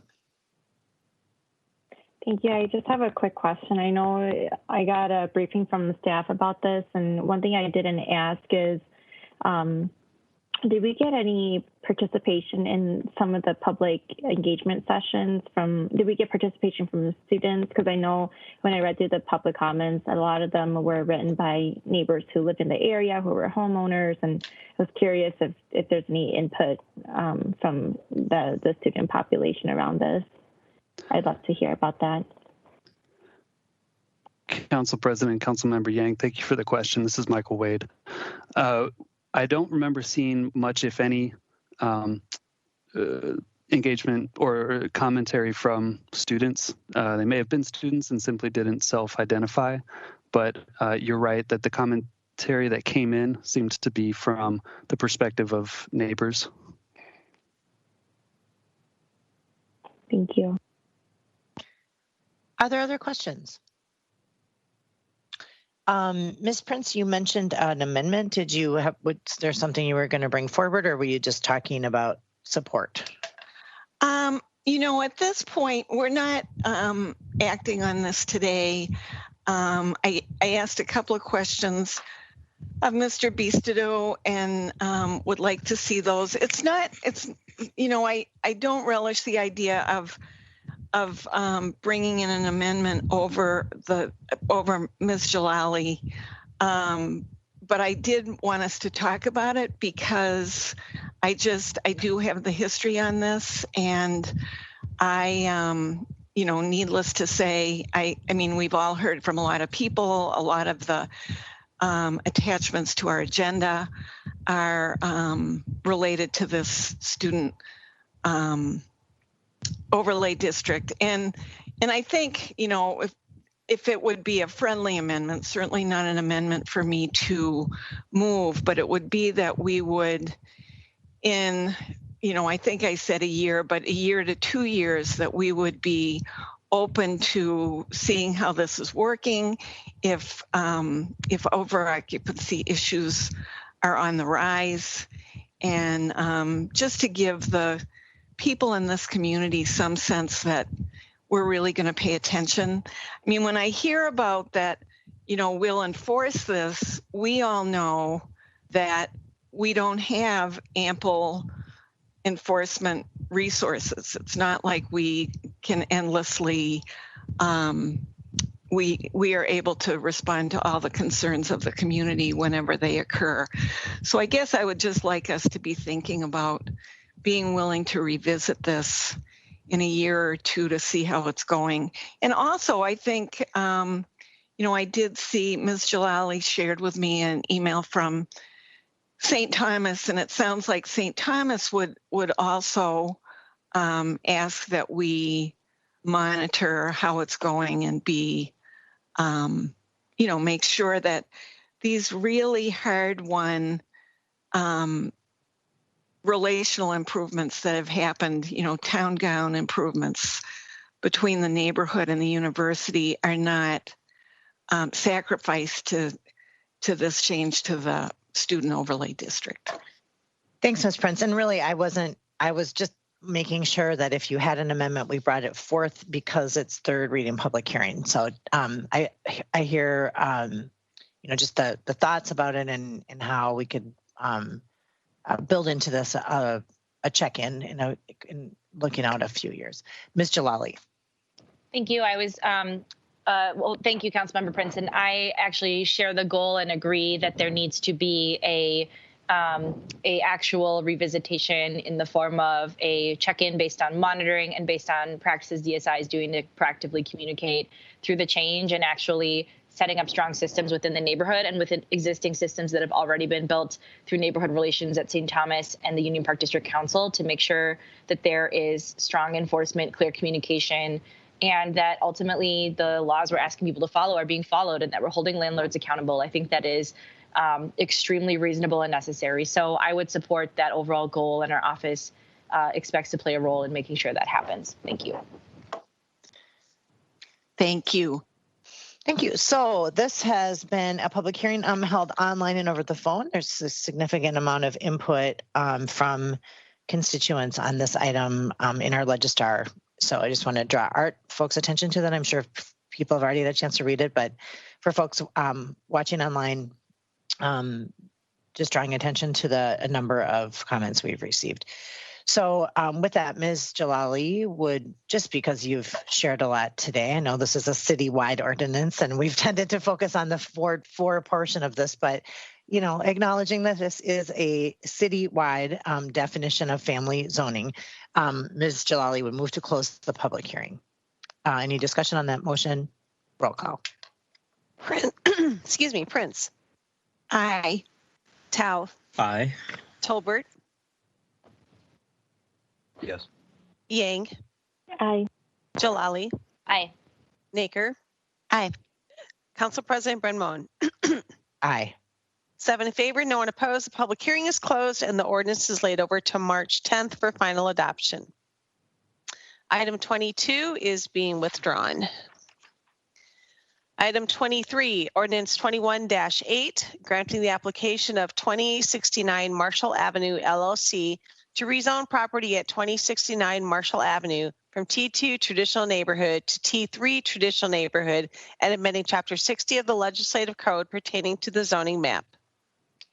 All right, and this is third reading public hearing. There's been some comments online submitted. This one is in Ward 4, so I'm looking to Ms. Jalali. Are you? Would you like a staff report on this item? Yes, I believe that Katie Dadlas was here to do a run through if that's possible. Yes, I am here. Council President Brenmon and Councilmember Jalali, please tell me you can hear me. We can hear you. I can hear you. Okay, great. And it looks like I was just given permission to share my screen. So I'm going to do that as well. And if someone can tell me if you can see my screen, I would appreciate that. Yes, we can see your email. We'd love to. Oh, you can see my email. You should see a zoning map. Do you see a zoning map? I see your email. I think it's maybe going by tab, so maybe activate the tab that the map is on. Let's see. What type of stuff is? Hold on a sec. Sorry about this.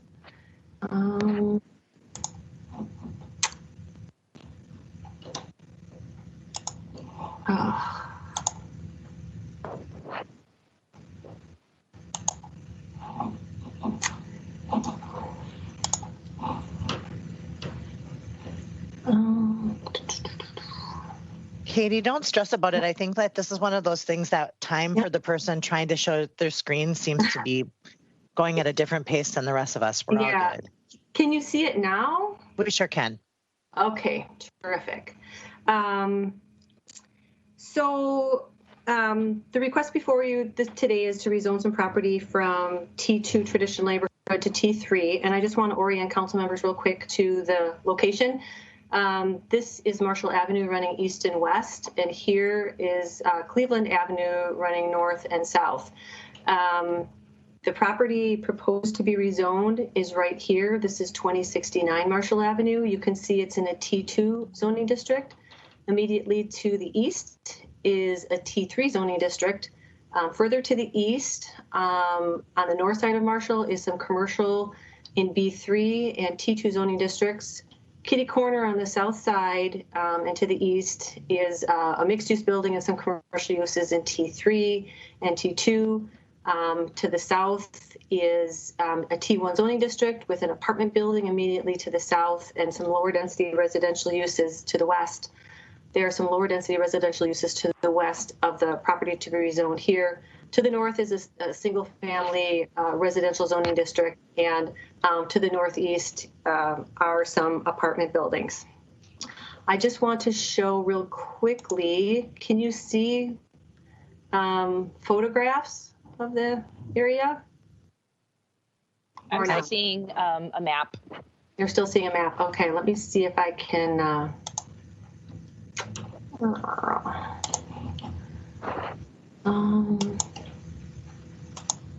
Shoot. Okay, now can you see the photographs? Yep. Great. So the property to be rezoned is this home here. This is 2069. This is the 2063 on the corner. This is the property to be rezoned here, and then these are the lower density residential uses immediately to the west in the T2 zoning district. This is the commercial use across the street to the east on the north side of Marshall. There's a gas station, convenience market, and some other commercial uses there. This is to the southeast of the property to be rezoned, a mixed-use building on the corner at Marshall and Cleveland there, and some commercial uses. This is the apartment building that I referenced on the south side of Marshall Avenue, and these are some of those lower density residential uses to the west of that apartment building that's located here. And then finally, I just wanted to show the homes that are located fronting on Eigelhart Avenue. They're to the north of the property to be rezoned and share an alley with the properties that front on Marshall Avenue. Let's see, I would like to try to go back just to the map real quick. And can you see the map again? Yes, we can. Great. So the applicant's intent here in rezoning this property here to 2069 is to combine it with the property immediately to the east that's already zone T3, and to develop it with a mixed-use building. It would have commercial space for a retail tenant at the street level and some apartments above. A site plan was submitted with the rezoning application just to give an idea of plans for development, but no formal application for site plan review has been submitted at this time. But they're anticipating 4 or 5 stories. The number of units isn't finalized yet, and the type of parking isn't finalized as well at this time, though they do anticipate access to the future development from Cleveland Avenue near the alley in this location here. Some council members might remember that a lot of properties along Marshall Avenue were rezoned in 2018 as part of the West Marshall Avenue zoning study. And both of these properties, 2069 and 2063, were rezoned at that time from R3 single family, this one to T2 and this one to T3.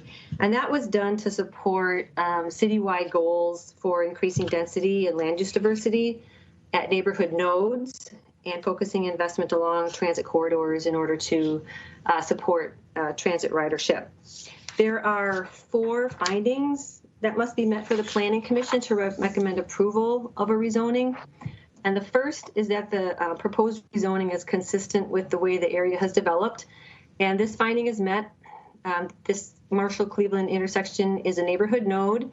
And the intent of the T3 zone is to provide for higher density pedestrian and transit-oriented mixed-use development. The intent of our zoning code is to encourage compatible mix of land uses at densities that support transit. And both Cleveland and Marshall Avenues are existing transit corridors, and plans are underway to develop bus rapid transit along Marshall Avenue. The second finding is that the proposed rezoning is consistent with the comprehensive plan, and this finding is met. Generally, citywide land use goals are to increase density and land use diversity at neighborhood nodes and focus investment along transit corridors. There are specific land use and housing policies detailed in the staff report and in the Planning Commission's resolution. The third finding is that the proposed zoning is compatible with the surrounding area, and this finding is met. The proposed T3 zoning is compatible with the medium density residential uses and commercial uses at or near the Cleveland Marshall intersection and neighborhood node. And then the fourth finding is that the proposed rezoning will not result in spot zoning, and this finding is met. The property is adjacent to an existing T3 zoning district. So based on these findings, the Planning Commission recommends approval of the request to rezone the property at 2069 Marshall from T2 to T3. That is all that I have for you at this time, and I will stop sharing my screen. Oops. And answer any questions if you have them. Ms. Prince.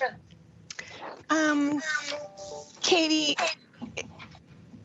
did the district council submit a support letter or anything? I had heard that they had asked the developer if they could see 3 or 4 story version of his plan, or if he would consider that. And I just wondered if you knew anything about that. Council President Brenmo and Councilmember Prince. Yes, I guess 2 things. One is I was in communication with folks from the district council, and what it was indicated to me is that they haven't taken any formal position on the request. The last official position was that they needed more information in order to render an opinion, but that no consensus had been reached at this time. And I guess I would remind council members that the application before City Council at this point in time is a rezoning ordinance. It's a question of whether to rezone the property from T2 to T3. It's not a request for a specific proposal at that site. A site plan was submitted just to provide an idea of what was being proposed, but no formal application for site plan has been made at this time. And that would eventually, a site plan would have to come forward. One thing I would note in taking a look at the site plan that they did submit, and again, it hasn't gone through any kind of formal review through the staff at the Department of Safety and Inspections. But that one of the requirements in the T3 zoning district is for a building to be set back at least 25 feet from the rear property line. And just observing the site plan that they've submitted, that building is really close to the property line. So, and it's, I think, shown as 5 stories at this time. So without an application for a variance or conditional use permit or something that hasn't been determined yet, what is being proposed at this time wouldn't be allowed as of right. Okay, and I do know that, although I think a 4-story building would not require rezoning. Am I right about that? Let's see. I think the issue is that there isn't a final design or any of that, but it wouldn't need to be rezoned if the developer would consider a 3 or 4-story project. Council President Brenmo and Councilmember Prince, the maximum height for mixed-use building is 35 feet. So more likely a 3-story than a 4-story under the current T2 zoning. Okay, but with a conditional use permit, couldn't you get to 4 stories? Yes, potentially. But you couldn't get to 5 stories unless you went to a T3. That's the only question I'm getting at, is that the community council had hoped that he would be willing to get back to them and consider a compromise to a lower height. I also, one other thing I want to say, when we are doing public hearings like this, the community really misses out on the opportunity to be heard. And we did receive a large number of of emails and letters and so forth opposing this. And I wondered, Katie, do you have a count of the responses? Council President Brandmon and Councilmember Prince, I apologize, I don't. Okay. There were on the order of 30 letters that were received during the Planning Commission process.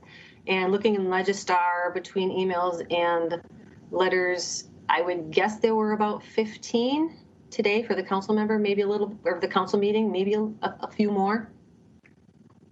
Okay, great. Thank you. You know, I just in reading those, I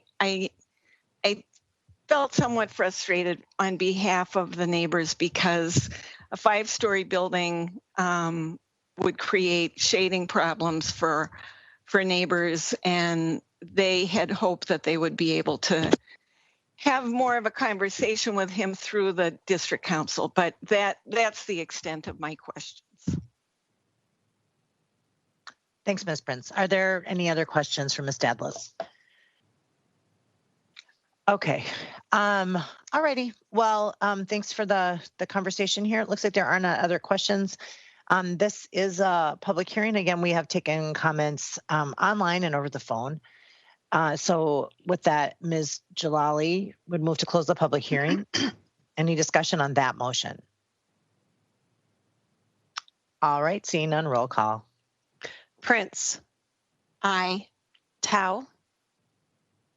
Aye. Tolbert. Yes. Yang. Aye. Jalali. Aye. Naker. Aye. Council President Brandmon. Aye. 7 in favor, no one opposed. The public hearing is closed and the ordinance is laid over to March 10th for final adoption. The legislative hearing officer recommends adoption of the following resolutions as no objections to these recommendations were received. Item 25, RLH TA 21-29, 730 Bellows Street. Item 26, RLH TA 21-45, 646 Blair Avenue. Item 27, RLH TA 21-121, 899 Burr Street. Item 29, RLH TA 21-123, 899 Burr Street. Item 30, RLH TA 21-100, 308 Como Avenue. Item 31, RLH TA 21-5, 696 Concord Street. Item 32, RLH TA 21-58, 1841 Conway Street. Item 33, RLH TA 21-28, 1 Edgecombe Place. Item 34, RLH TA 21-20, 2012 Edgecombe Road. Item 35, RLH TA 21-34, 1205 Edgerton Street. Item 37, RLH TA 20-356, 183 Genesee Street. Item 38, RLH TA 20-352, 393 Geranium Avenue East. Item 39, RLH TA 21-30, 1656 Gurney Street. Item 41, RLH TA 21-68, 690 Hall Avenue. Item 42, RLH TA 21-19, 734 Hall Avenue. Item 44, RLH TA 21-35, 1243 Highland Parkway. Item 45, RLH TA 21-103, 1027 Eigelhart Avenue. Item 46, RLH TA 21-98, 869 Jenks Avenue. Item 47, RLH RR 21-13, 655 Jessamine Avenue East. Item 48, RLH TA 20-347, 1288 Jesse Street. Item 49, RLH TA 21-26, 745 LaFond Avenue. Item 51, RLH TA 20-337, 1028 Lawson Avenue East. Item 53, RLH TA 21-33, 803 Montana Avenue East. Item 54, RLH TA 21-6, 507 Montrose Lane. Item 55, RLH TA 21-74, 1214 Pacific Street. Item 56, RLH TA 21-126, 1362 Palace Avenue. Item 57, RLH TA 21-62, 1393 Prosperity Avenue. Item 58, RLH TA 21-63, 1393 Prosperity Avenue. Item 59, RLH TA 21-64, 1393 Prosperity Avenue. Item 60, RLH TA 20-353, 975 Rainy Avenue. Item 61, RLH TA 20-338, 1033 Rainy Avenue. Item 63, RLH TA 21-4, 51 Saratoga Street North, 1523 Portland Avenue. Item 64, RLH TA 21-105, 1670 7th Street East. Item 65, RLH TA 21-108, 1670 7th Street East. Item 66, RLH TA 21-110, 1670 7th Street East, or 7th Street, no direction. Item 68, RLH TA 21-72, 1365 Van Buren Avenue. Item 70, RLH TA 20-357, 894 Westminster Street. Item 72, RLH AR 20-98, Property Cleanup Services. Item 73, RLH AR 21-10, Collection of Delinquent Garbage Bills. Item 74, RLH AR 21-11,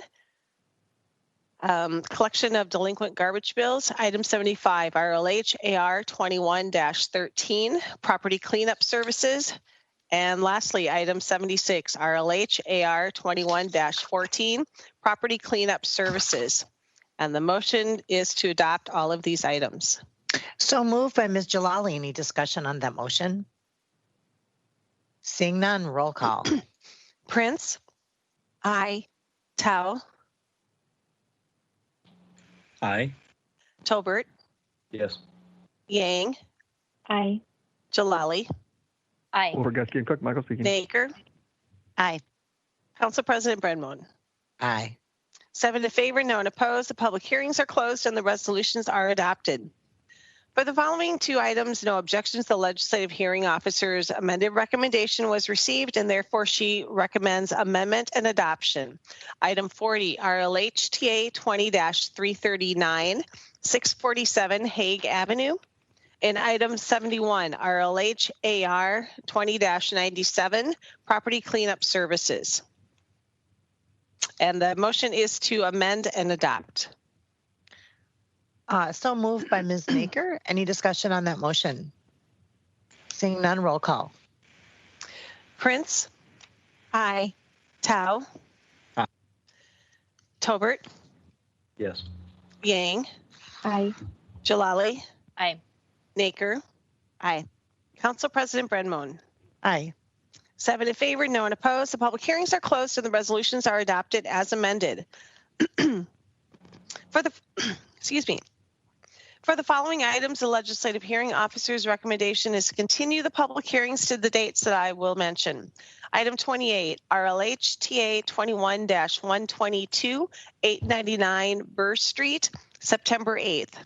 Item 36, RLH TA 21-59, 104 Fairview Avenue South, July 21st. Item 69, RLH TA 21-22, 649 Western Avenue North, August 4th. And the motion is to continue the public hearings to those dates that I mentioned. So moved by Ms. Yang. Any discussion on that motion? Seeing none, roll call. Prince? Aye. Tao? Aye. Tolbert? Yes. Yang? Aye. Jalali? Aye. Naker? Aye. Council President Brenmon? Aye. 7 in favor, no one opposed. The public hearings are continued to the pertinent dates of the files. For the following items, the legislative hearing officer's recommendation is to refer the items to legislative hearings on the dates that I will mention. Item 24, RLHTA 21-31, 143 Baker Street West, April 15th. Item 50, RLHTA 21-80, 661 Lawson Avenue East, April 6th. Item 62, RLHTA 21-69, 197 Roby Street West, April 15th. And item 67, RLHTA 21-134, 818 Sherburne Avenue, March 16th. And again, the motion is to refer the legislative hearing for the dates that I mentioned. So moved by Mr. Tao. Any discussion on that motion? Seeing none, roll call. Prince. Aye. Tao. Aye. Tolbert. Yes. Yang. Aye. Jalali. Aye. Naker. Aye. Council President Brenmoen. Aye. 7 in favor, no one opposed. The resolutions are referred to the pertinent legislative hearing dates. For the following item, the legislative hearing officer's recommendation is contested and additional testimony from the appellant is in the record. Item 43, RLH RR 20-51, 1629 Hartford Avenue, and there is a staff report. Ms. Mormond. Good afternoon, Council President, Council members. I will begin by sharing my screen briefly to show you a photo of the house to center you on the property that we're talking about. So this is the property on Hartford. This property is proposed for removal or repair. It has been a long-term incomplete construction project. It's characterized by two things primarily. The first is that it had the incompletion was due to what seemed to me to be an obvious financial failure by the developer who initiated activity in October of 2018 and went through the BZA to get variances on height and setback, was unsuccessful in doing that. Through their building permit review process, must have hit a wall because the building permit check that was finally submitted in April of 19 bounced and everything came to a stop. Currently, we are talking to the financial institution who foreclosed upon that developer, and they have taken over the project. So we have this long-term incomplete project with zoning issues. The zoning issues have been resolved in the past couple of days, and I can tell you how that happened.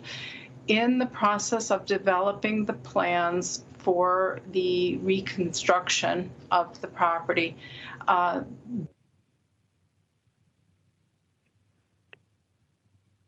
Marcia, you're, at least for me, you're just muted.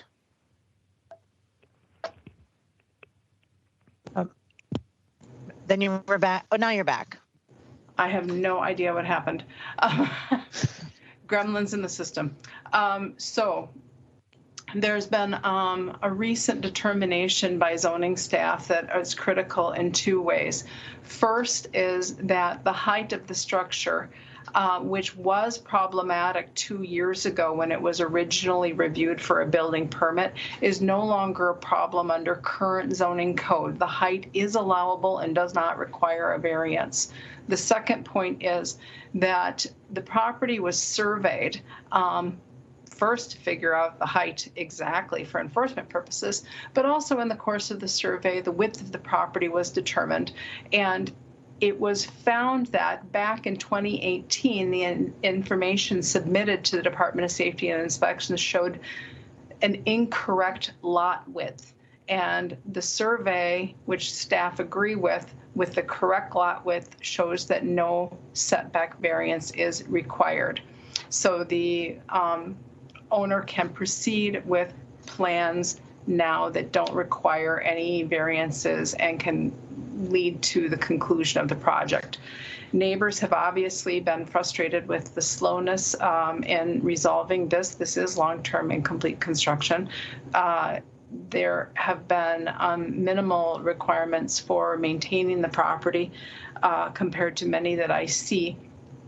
There is testimony from neighbors in the record, and I have reviewed the inspection reports and development plans and so on, and recommend a grant of time for the rehabilitation of the property.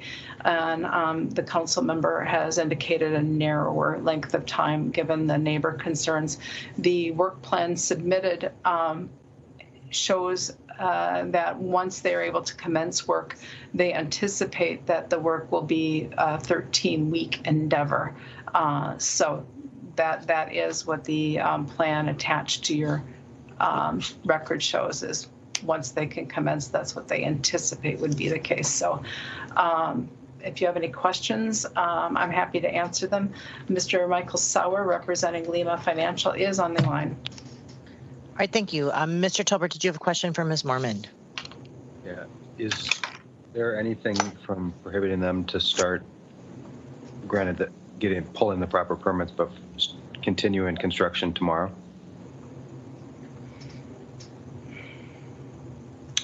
I don't know if there's a complete set of plans at the Department of Safety and Inspections for review right now. I do know that there has been steady and consistent communication about two different options. One was if the height of the roof needed to be lowered, and the other was if the height of the roof could remain where it was.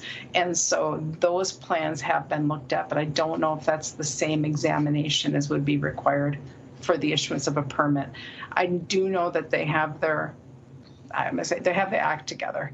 And so I don't think that it would be a long review period at DSI. Okay, but the two things that were prohibiting anyone from doing work was the variance issue, the height issue, and the survey issue, and those are no longer obstacles?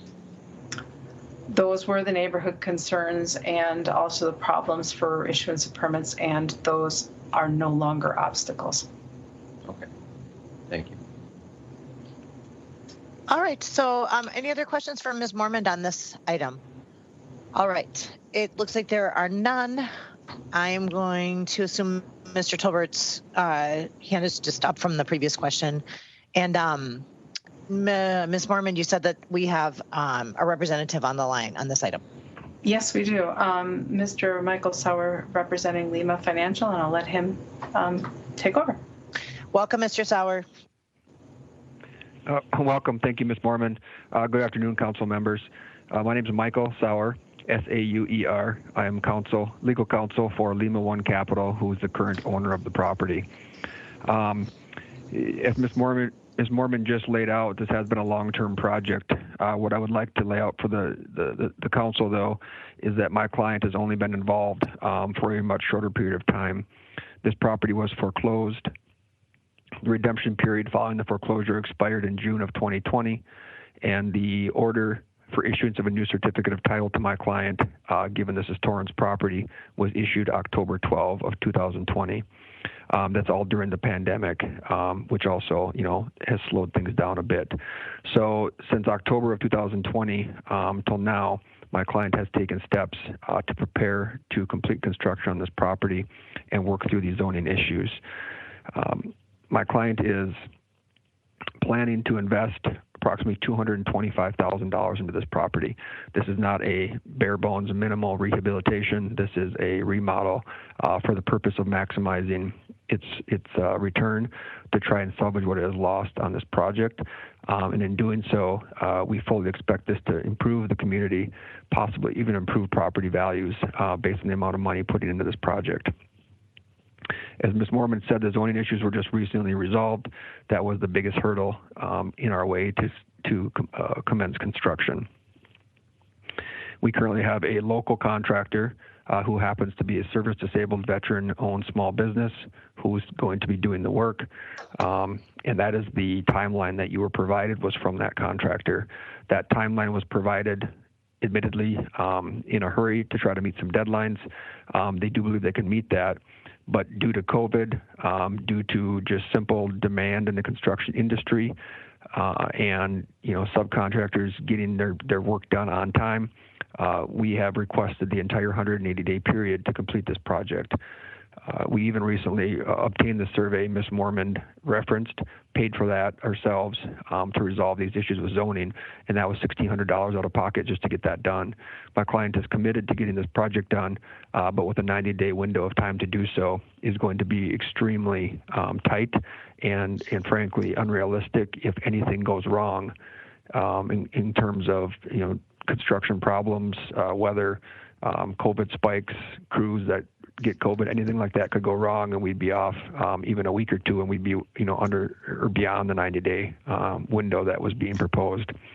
So respectfully, we would request that the 180-day period that had previously been discussed be granted to my client for rehabilitation. Thank you, Mr. Sauer. Mr. Tolbert, did you have follow-up questions? Yeah, just a couple questions. First, I walk by this property fairly frequently, and it's been mostly left empty. What has the bank done since you took over official ownership to ensure that it's secured and not left to disrepair? I don't know if anything has been done to secure it. I believe that the project is under construction, and so it's probably in a state of, it's not in a great state in terms of securing the property from issues. As far as I was informed, there hadn't been any issues with actual break-ins or criminal activity or anything along those lines, but they are monitoring the property. There was an issue or two with snow removal in the sidewalk. I've informed them of that issue and that there's a 24-hour code in St. Paul to remove that snow. And I know the neighbors were concerned with that, and we tried to resolve that. I don't think that's an issue any longer, but that was one issue I knew existed with maintenance of the property. But I don't expect that to be a problem going forward. Do you have a snow shoveling contract? The company does have a preservation company that does it. I don't think that the 24-hour rule was appreciated. Okay, just want to I suspect we'll get more snow even though it's going to be 60 on Sunday. It's Minnesota. The other questions, you have the contractors out there working right now? No, the permit hasn't. Well, I guess I shouldn't speak too loudly, but as far as I know, the permit hasn't been approved to begin work. Larry Solarholm with I think he's with zoning, just recently approved the roof height and the setback issues. So I think that I think we still have to go through the permit process to get an actual permit to begin work. So I think we're submitting that permit. I don't have a solid answer for you on that, but as soon as possible, if it hasn't been done already. I do apologize. I'm not working directly with the permit department on this, but I know it's in the works and they are putting that together. I think there was a slight change in the old plans turned into new plans when the city said the roof height was too high. And now that the city is reducing or approving the roof height, it's my understanding that the old plans are going back into effect, and that's what they will be seeking a permit on. And then once that permit is in, your contractor is going to implement the 13-week plan, or once the contract is approved, or the permit is approved, your contractor is going to implement the 13-week plan? They're going to be in construction, and based on what they've told us, it was a 13-week project, yes. But I don't think well, I know they did not allow for any delays in that. That was kind of a perfect world, no delays, nothing goes wrong plan for what each phase of the project would take, from HVAC to framing to flooring, those types of things. I think they should have worked in a buffer for delays, because we all know that construction has all kinds of delays in whether it's beyond the contractor's control or in the contractor's control. There are just things that come up. So I do not anticipate that it would actually be done in 13 weeks because of those things. Okay, what would you think is a realistic amount?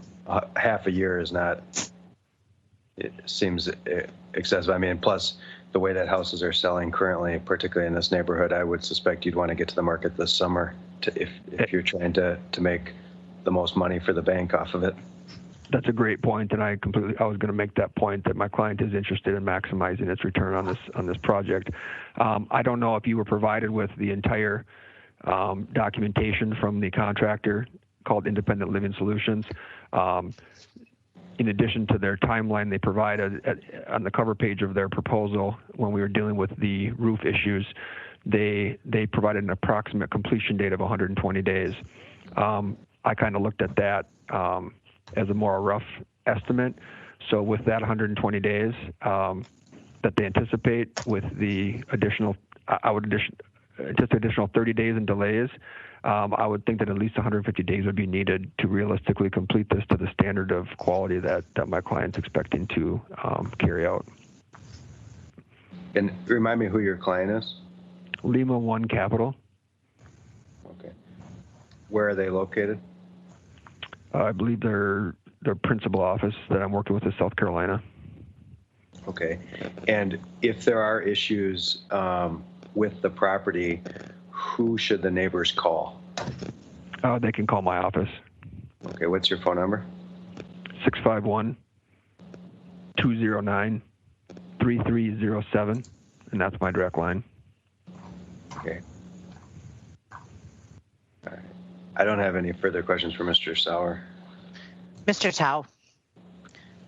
I was just wondering, like, if you could clarify when your client has acquired the property. My client conducted a foreclosure under Minnesota law subject to a 6-month redemption that expired on June 26th of 2020. A action was then commenced to transfer the certificate of title into its name, because this is Torrance property. That certificate of title order was issued October 12 of 2020. And at that point, the former owners and anyone interested in the property after that order was issued no longer had a ability to contest my client's ownership. So technically there's 2 dates. At the end of June, the foreclosure was complete. But then October 12, 2020 is when we officially got the order transferring the certificate of title. And I'm just curious, does your client have other properties in St. Paul or Minneapolis? I don't know the answer to that question. I do not believe so, but I'd have to double check on that. Thank you.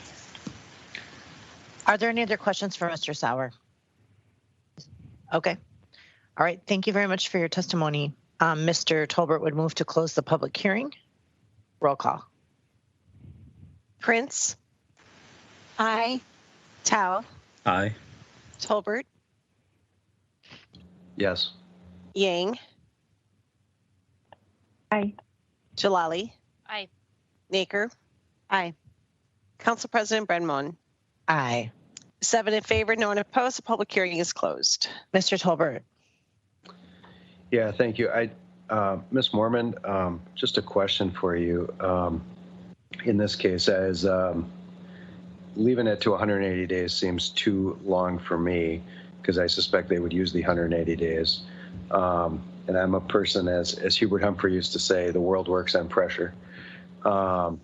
Is there a way to, if I set a 13-week plan, that's 91 days.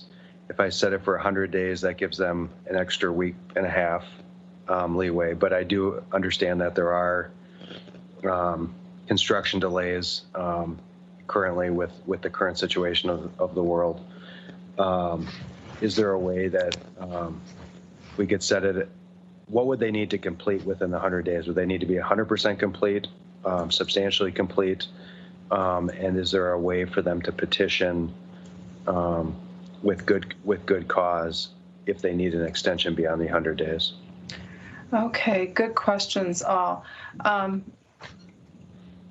There are 2 deadlines that I work with in these cases, and one is more or less invisible to the council because these things have to be taken care of ahead of time. And that first deadline is related to the $5,000 performance deposit that the owner has to post with the department in order to even get in front of you guys, quite frankly. So that performance deposit lasts for 6 months, and it was in place right away when we began the hearing process. So if they are at the 50% mark, and they put that performance deposit in place November 24th, if they are at the 50% mark after the 6 months from then, that performance deposit continues. This is a separate timeline than what you're talking about today. You can make a grant of time that is all the way up to 180 days.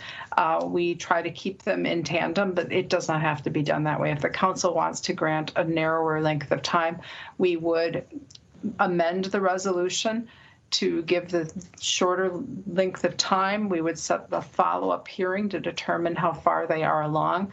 If they are more than halfway there and not done, we, as a matter of course, would ask for updated plans. Why aren't you done on time?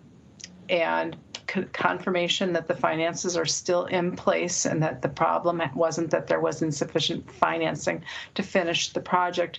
The council would then review that file to make sure that that looks copacetic from your perspective. You know, what happened with the plans, and am I looking at a good set of plans now if there's failure? So would they have to demonstrate? Yes. They have $5,000 hanging out there right now, which is a smaller proportion of this project than it is for a lot of projects you see, but it is still an incentive. Okay. I would suggest then that we, I'd make a motion to grant this, but amend it to 100 days rather than 180 days. Okay. What would be the I might not be given the proper language there. If you could correct me, Ms. Moorman, if I'm not. That the resolution would simply be amended to indicate that the grant of time is 100 days. Right now, the version that you have in front of the council is for 90 days. And we will schedule the follow-up hearing. I've currently proposed May 25th as a follow-up hearing and legislative hearing, and June 16th for city council. I'll push that out for a couple of weeks so that it takes into account the change here, so I could look up those dates and make the change in the resolution. That's all you have to do, though, is say 100 days and it's done. All right. So Mr. Tolbert moves 100 days. The legislative hearing officer's recommendation. Is there any discussion on that motion? Seeing none, roll call. Prince? Aye. Tao? Aye. Tolbert? Yes. Yang? Aye. Jalali? Aye. Naker? Aye. Council President Brenmon? Aye. 7 in favor, no one opposed. The resolution is adopted as amended to grant 100 days. And our final item is the following item. The legislative hearing officer's recommendation is contested, and additional testimony from the appellant is in the record. Item 52, RLH TA 20-358, 2106 Marshall Avenue, and there is a staff report. Ms. Mormond.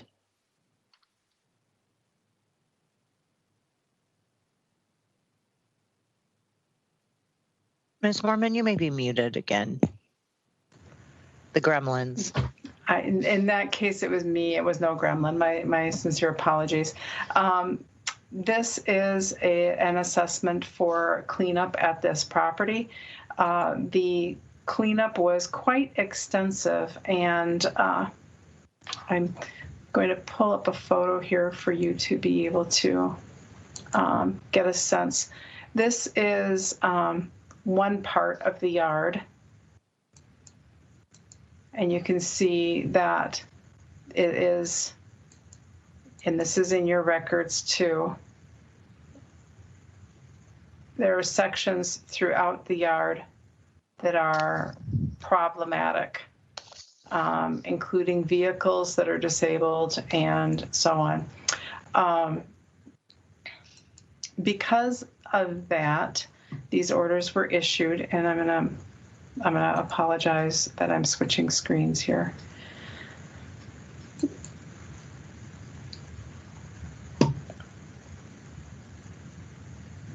The orders were issued to the owner of record, and those were on March 11th. They gave a week for the work to be done to March 18th, but the work wasn't actually completed by the Department of Parks and Recreation until March 30th. So there was a good length of time in there in order for it to happen. The owner of the property, Mr. Sam Zaslewski, indicated, hey, I didn't get notification of this. When we examined that further, we found that the fee owner on record with the county is the party from whom he purchased the property many decades ago, and his son shows up as the tax owner. So notification was sent by U.S. mail to the owners and the taxpayers of record. The fact that he hasn't gone about the business of changing the title, he says it's too expensive to do that, and he doesn't want to do that and doesn't have the money to do that. So we do have proper notice. We do have a significant mess on our hands, and the city did do the cleanup. I could show you the video. I can tell you that I reviewed the before and after video on the property, and the before video matched the photographs that you have in your record, and the after video does indicate that all of the items that were not properly stored in the exterior were removed from the property. The total cost for doing that work is $922. As I said, it was an extensive cleanup that was necessary at that property. The comments that were submitted for your consideration by the owner were, first of all, he thinks that the assessment is illegal and in violation of pandemic orders from the president and governor. And he thinks that it was also illegal because there were 4 to 6 men in the backyard doing the cleaning, and that they were closer than 6 feet apart in order to do that. He didn't think that he was able to do it on his own because the ground was frozen. And he is struggling with his tenants.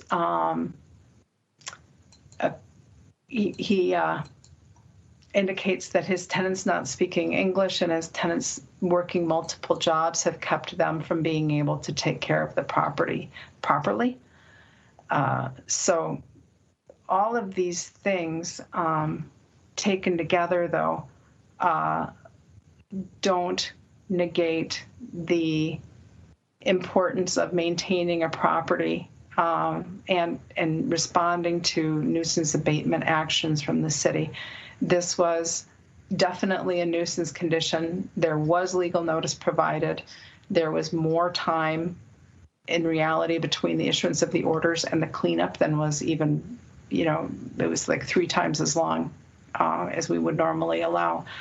My recommendation is ratification of the assessment. Clearly, the owner would like the assessment to be deleted. Thank you, Ms. Mormond. Ms. Jalali. Thank you, Ms. Mormond. I have 2 questions. What, in everyday terms, does ratification of the assessment mean? Are you simply saying to move the assessment as is? And then, okay. Yeah, when you adopt a resolution for an assessment like this, the action within the resolution is the council ratifies the assessment. So adopting the resolution, the verb would be ratify. I see that on the agenda like 50 times a year, and that's like an under exaggeration. I just, for some reason, it was like hitting wrong when you were saying it. And then the assessment in this case, I mean, sometimes and often we can like spread them out over several months. So is there a payment plan or something like that to ease the upfront burden as part of the recommendation for this situation? He did not request that. That is something that the council could do. Interest does accrue when it is payable over several years. The interest rate is also quite modest. Most recently, I've seen it between 3.5 and 4%. So there is a modest amount of interest. If the council were to make payments available over a number of years, he could definitely pay it up front and not take advantage of that time, or he could take advantage of the time. So if the time is offered, they can still like pay it down faster, but yes. Okay. And then, he mentioned issues in this instance about there's something in the letter about the cans are there as part of like the tenants being able to collect money off of that and rental concerns. And I guess this is not so much related to what we do with the assessment, but it just seems like a situation where this landlord would benefit from knowing about the rental assistance options available under COVID and lots of different households going through challenges paying rent. And I guess I know this isn't typically within your role, but do you know or are you aware of city communications with the landlord about where he could have resources for that? Because it does sound like it's also being referenced in terms of being behind on rent, unable to pay an assessment fee. And I want to help ease those burdens too. So are you aware of information that's been shared with the landlord about things that can help with the rent side of it? We often share information like that with landlords with stories like this. That is, I think, one of the roles that we can play to help. In this particular conversation, the landlord was a little bit more abrupt in his conversational style, and we didn't get there to talk about that. We could